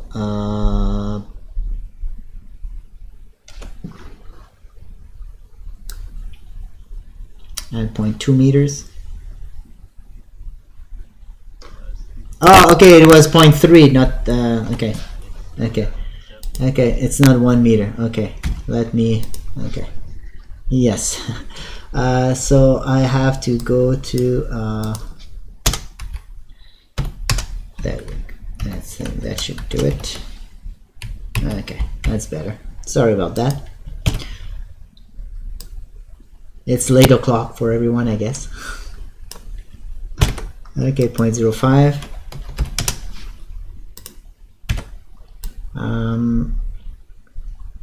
And we take this point. 0.2, yes.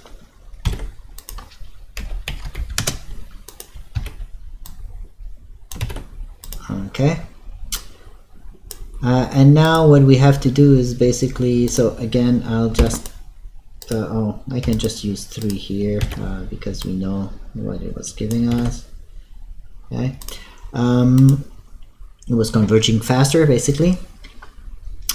And now we want to say, well, we have a weight average. So we have the previous times that plus the next times the next, divided by that plus that.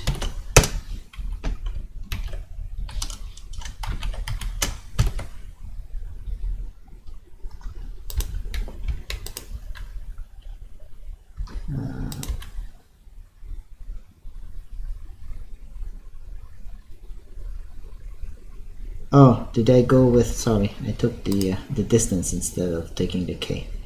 It's not B, it's C.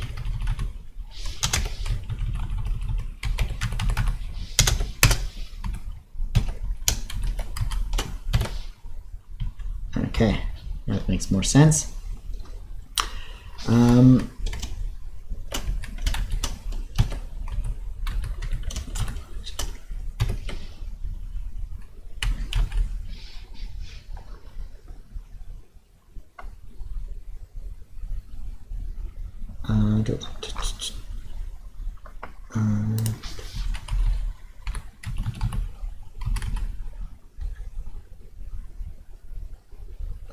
This weight average, right?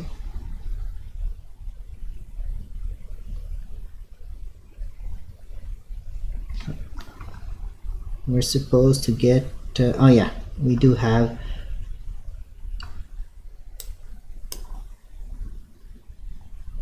H502, oopsies.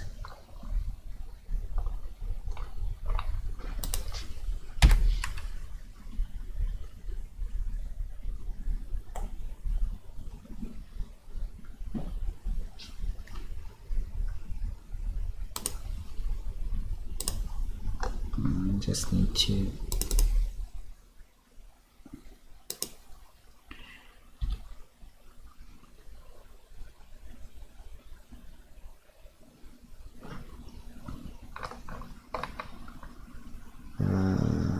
H by iteration. Why was it 0?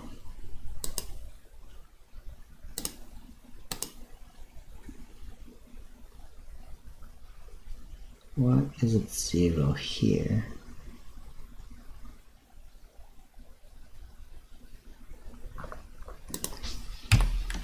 Oh,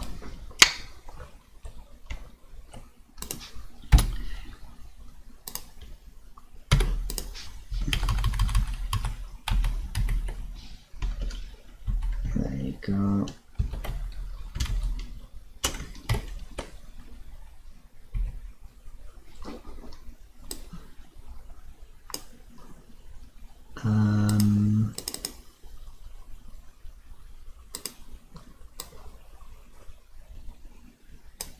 The one go one we can remove because it's not meaningful in this particular case.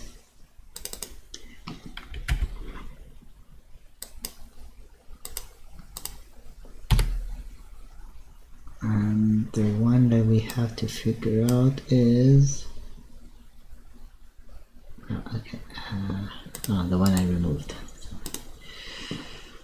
So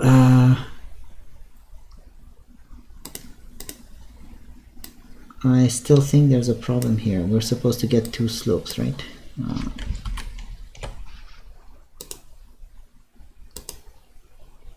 So the final result is supposed to look like that. So that is our goal here.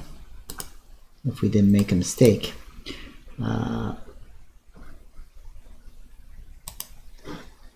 H with iterations, X value,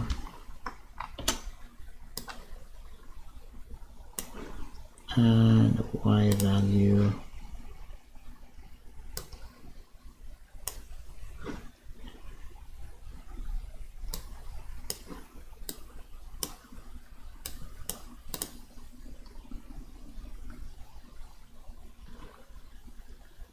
Four. Oops.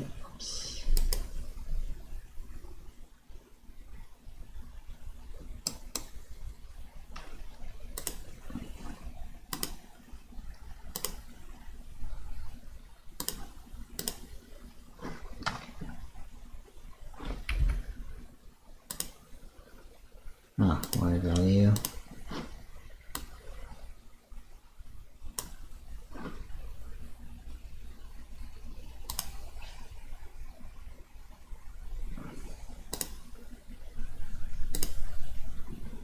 Does not seem to have finally converged, or it's giving something that's a little bit strange. So let me verify why that is.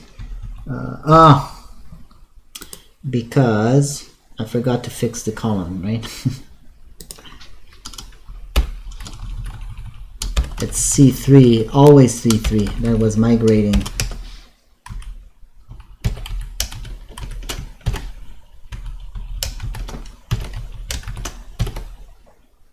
That should be better. There you go. Okay, so we get to see the difference in our in this case in the different types of soil. So we have two different types of soil, but in 3 segments. So the rate for the middle one, we have a higher hydraulic conductivity, so we have a much smaller head loss between the 2 points, because it's like having a much more porous material there. And so the losses are mostly in the 2 segments that are at the extremes that we're having. Okay, so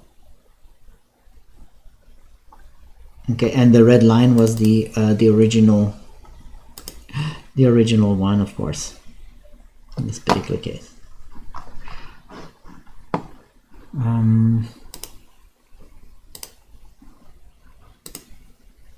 Now, if we were to, if we wanted to do the same thing we did before and have it in a matrix in a single solution, what we would have to do is therefore take the equivalent. So we would need to have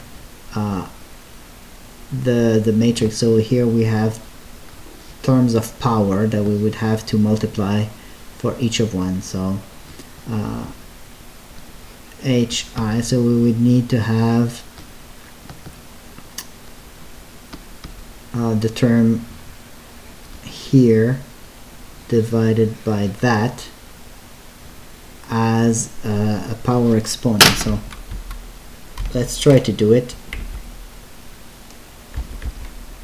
for each of our terms. So we have the term that we want to multiply,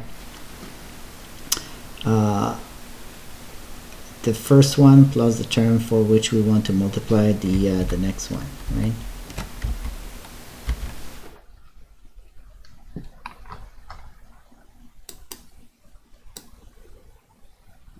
So we have the x h naught, okay.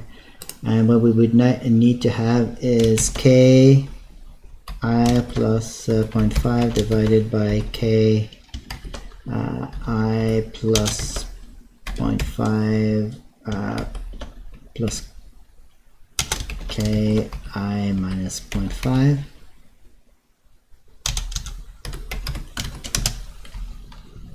And the other term, which would be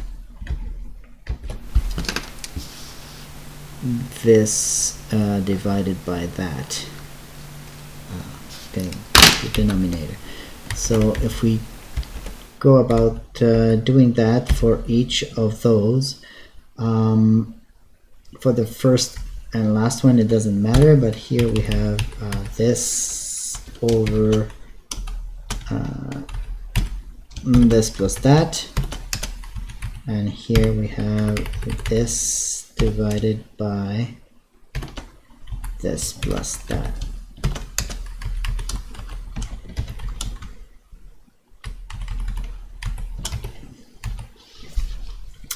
And we would use that to build our matrix. Basically, in that case, it would no longer be what we had before, where we had 1 and then 0, 0, 0, 0, 0, 0, 0, 0, and then we had 1 minus 2,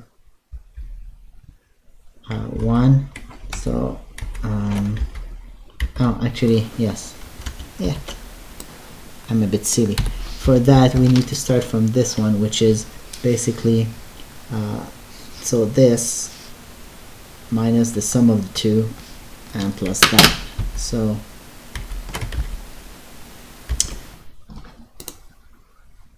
we don't need this. This word is for the iteration. What we need is we replace 1 by for each of the terms. So this would be different. So for the first row, we would basically have this is equal to that. This is equal to minus that plus that. And this is equal to that. And 0, 0, 0, 0, 0, 0, 0. Okay, so I would have to do that for oh sorry, that's supposed to be k, right? Again, I made the same mistake as before. That's C, and I fixed the column. Minus C, C, and here it is C.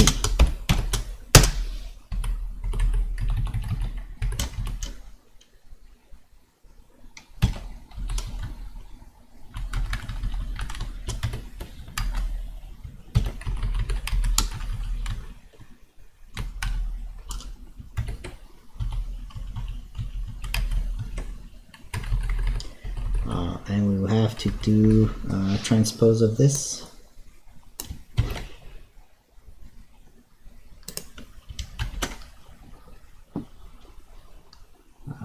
Transpose.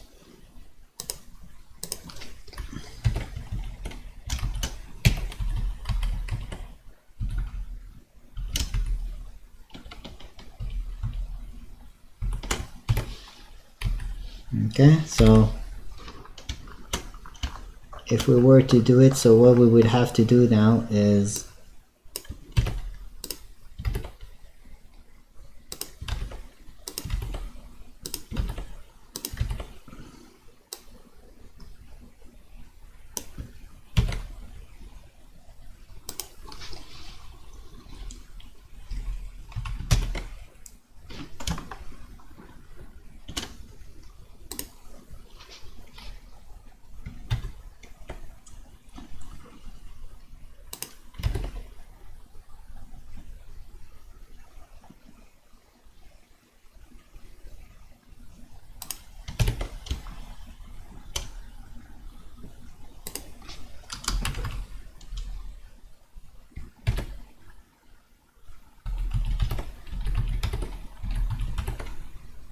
okay, so we have our diagonal established now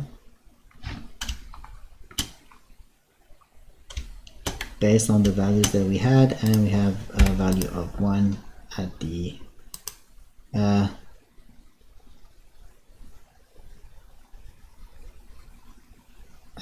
end.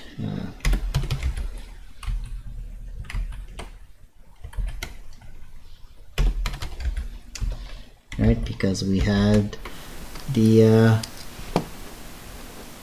so is equal to 0,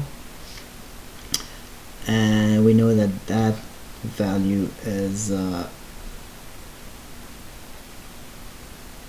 sorry, it is a value of 1, because we know that hi equal h naught equal to 1. So if I were to use the value, I would say h naught is equal to, so that's the value that I know, so it is 1 at the extremes. Okay, like that. Okay, so now we have our diagonal matrix that we've redeveloped from it, and that's what we would use to define our new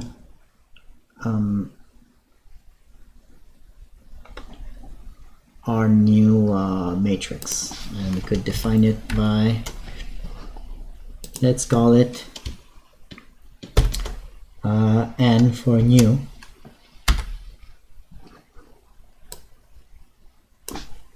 Okay, and see if we could, in this case again, we have the values for the indices. The value for h naught, which is given there.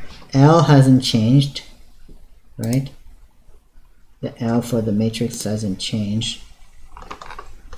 So what we really have now that is new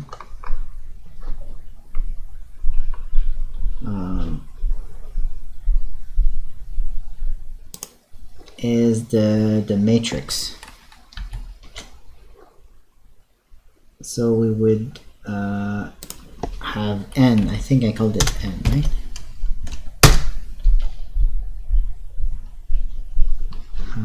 Let's make sure.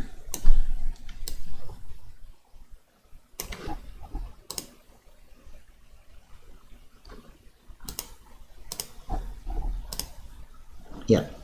Okay, so we can still do it in one go and get the final matrix this way. Okay. Because it is a linear, and so it is possible to get things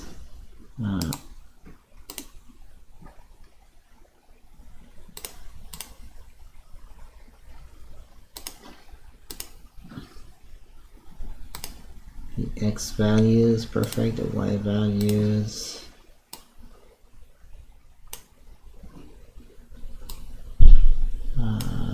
X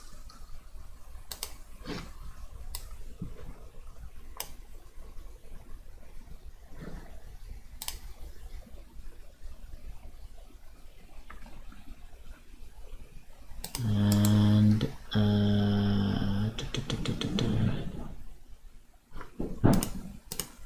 we're going to just format this one.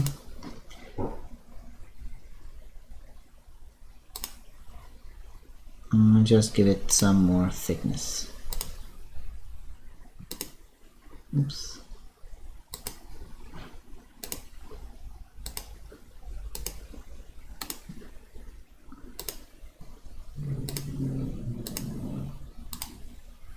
Okay, so we see that it is there, definitely below the massive lines, and we can still solve it in one go, even with multiple soil types.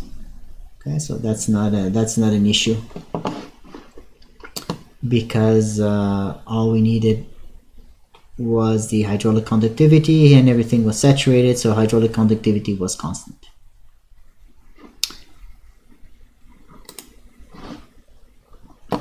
Sounds good? Any questions on what we saw so far? We need to work out questions like this to get questions. Okay. Yeah.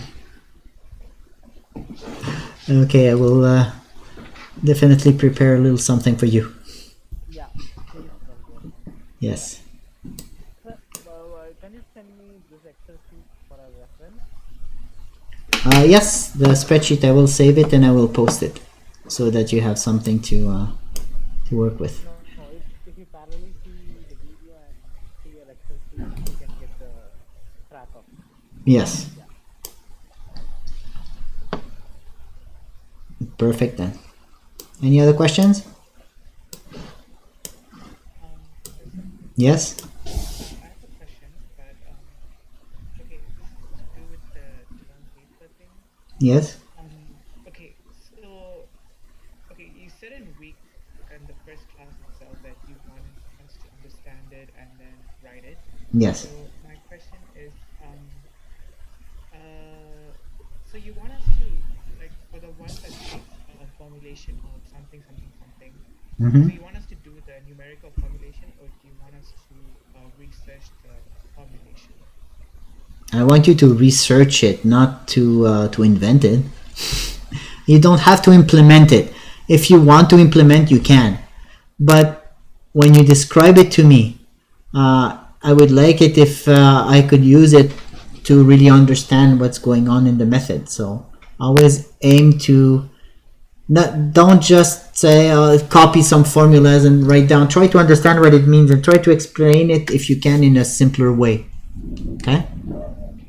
So basically, I am trying to explain to you how to. See, what did I do today? Okay? What you will find in the papers, okay, what you find in the papers, if you were to look at the Terzaghis or Darcy's law, right? So they're happy. They give you d theta over dt equal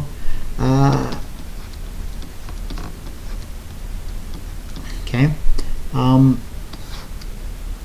So that's nice. But what did we do today here in class? Well, I explained to you how from this you get to a simple formula that is you know, hi minus 2 hi plus 1 minus 2 sorry, hi minus 1, right? We got from there to there. Okay, that is explaining, okay, this doesn't let you do anything. With this you can do iteratively,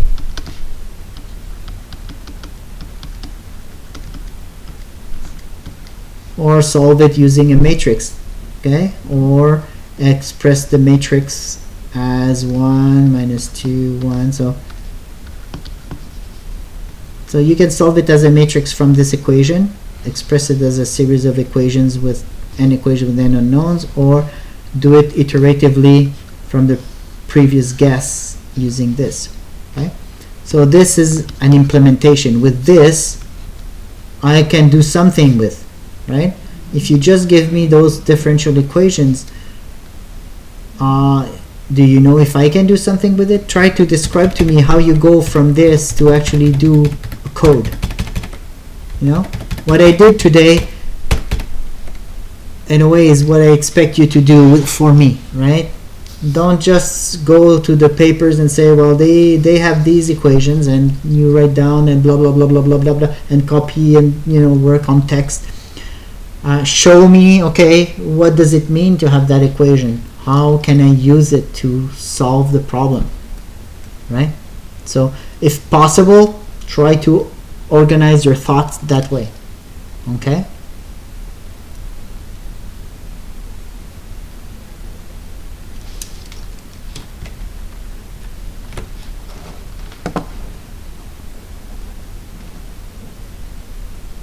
Okay, so if there are no more questions,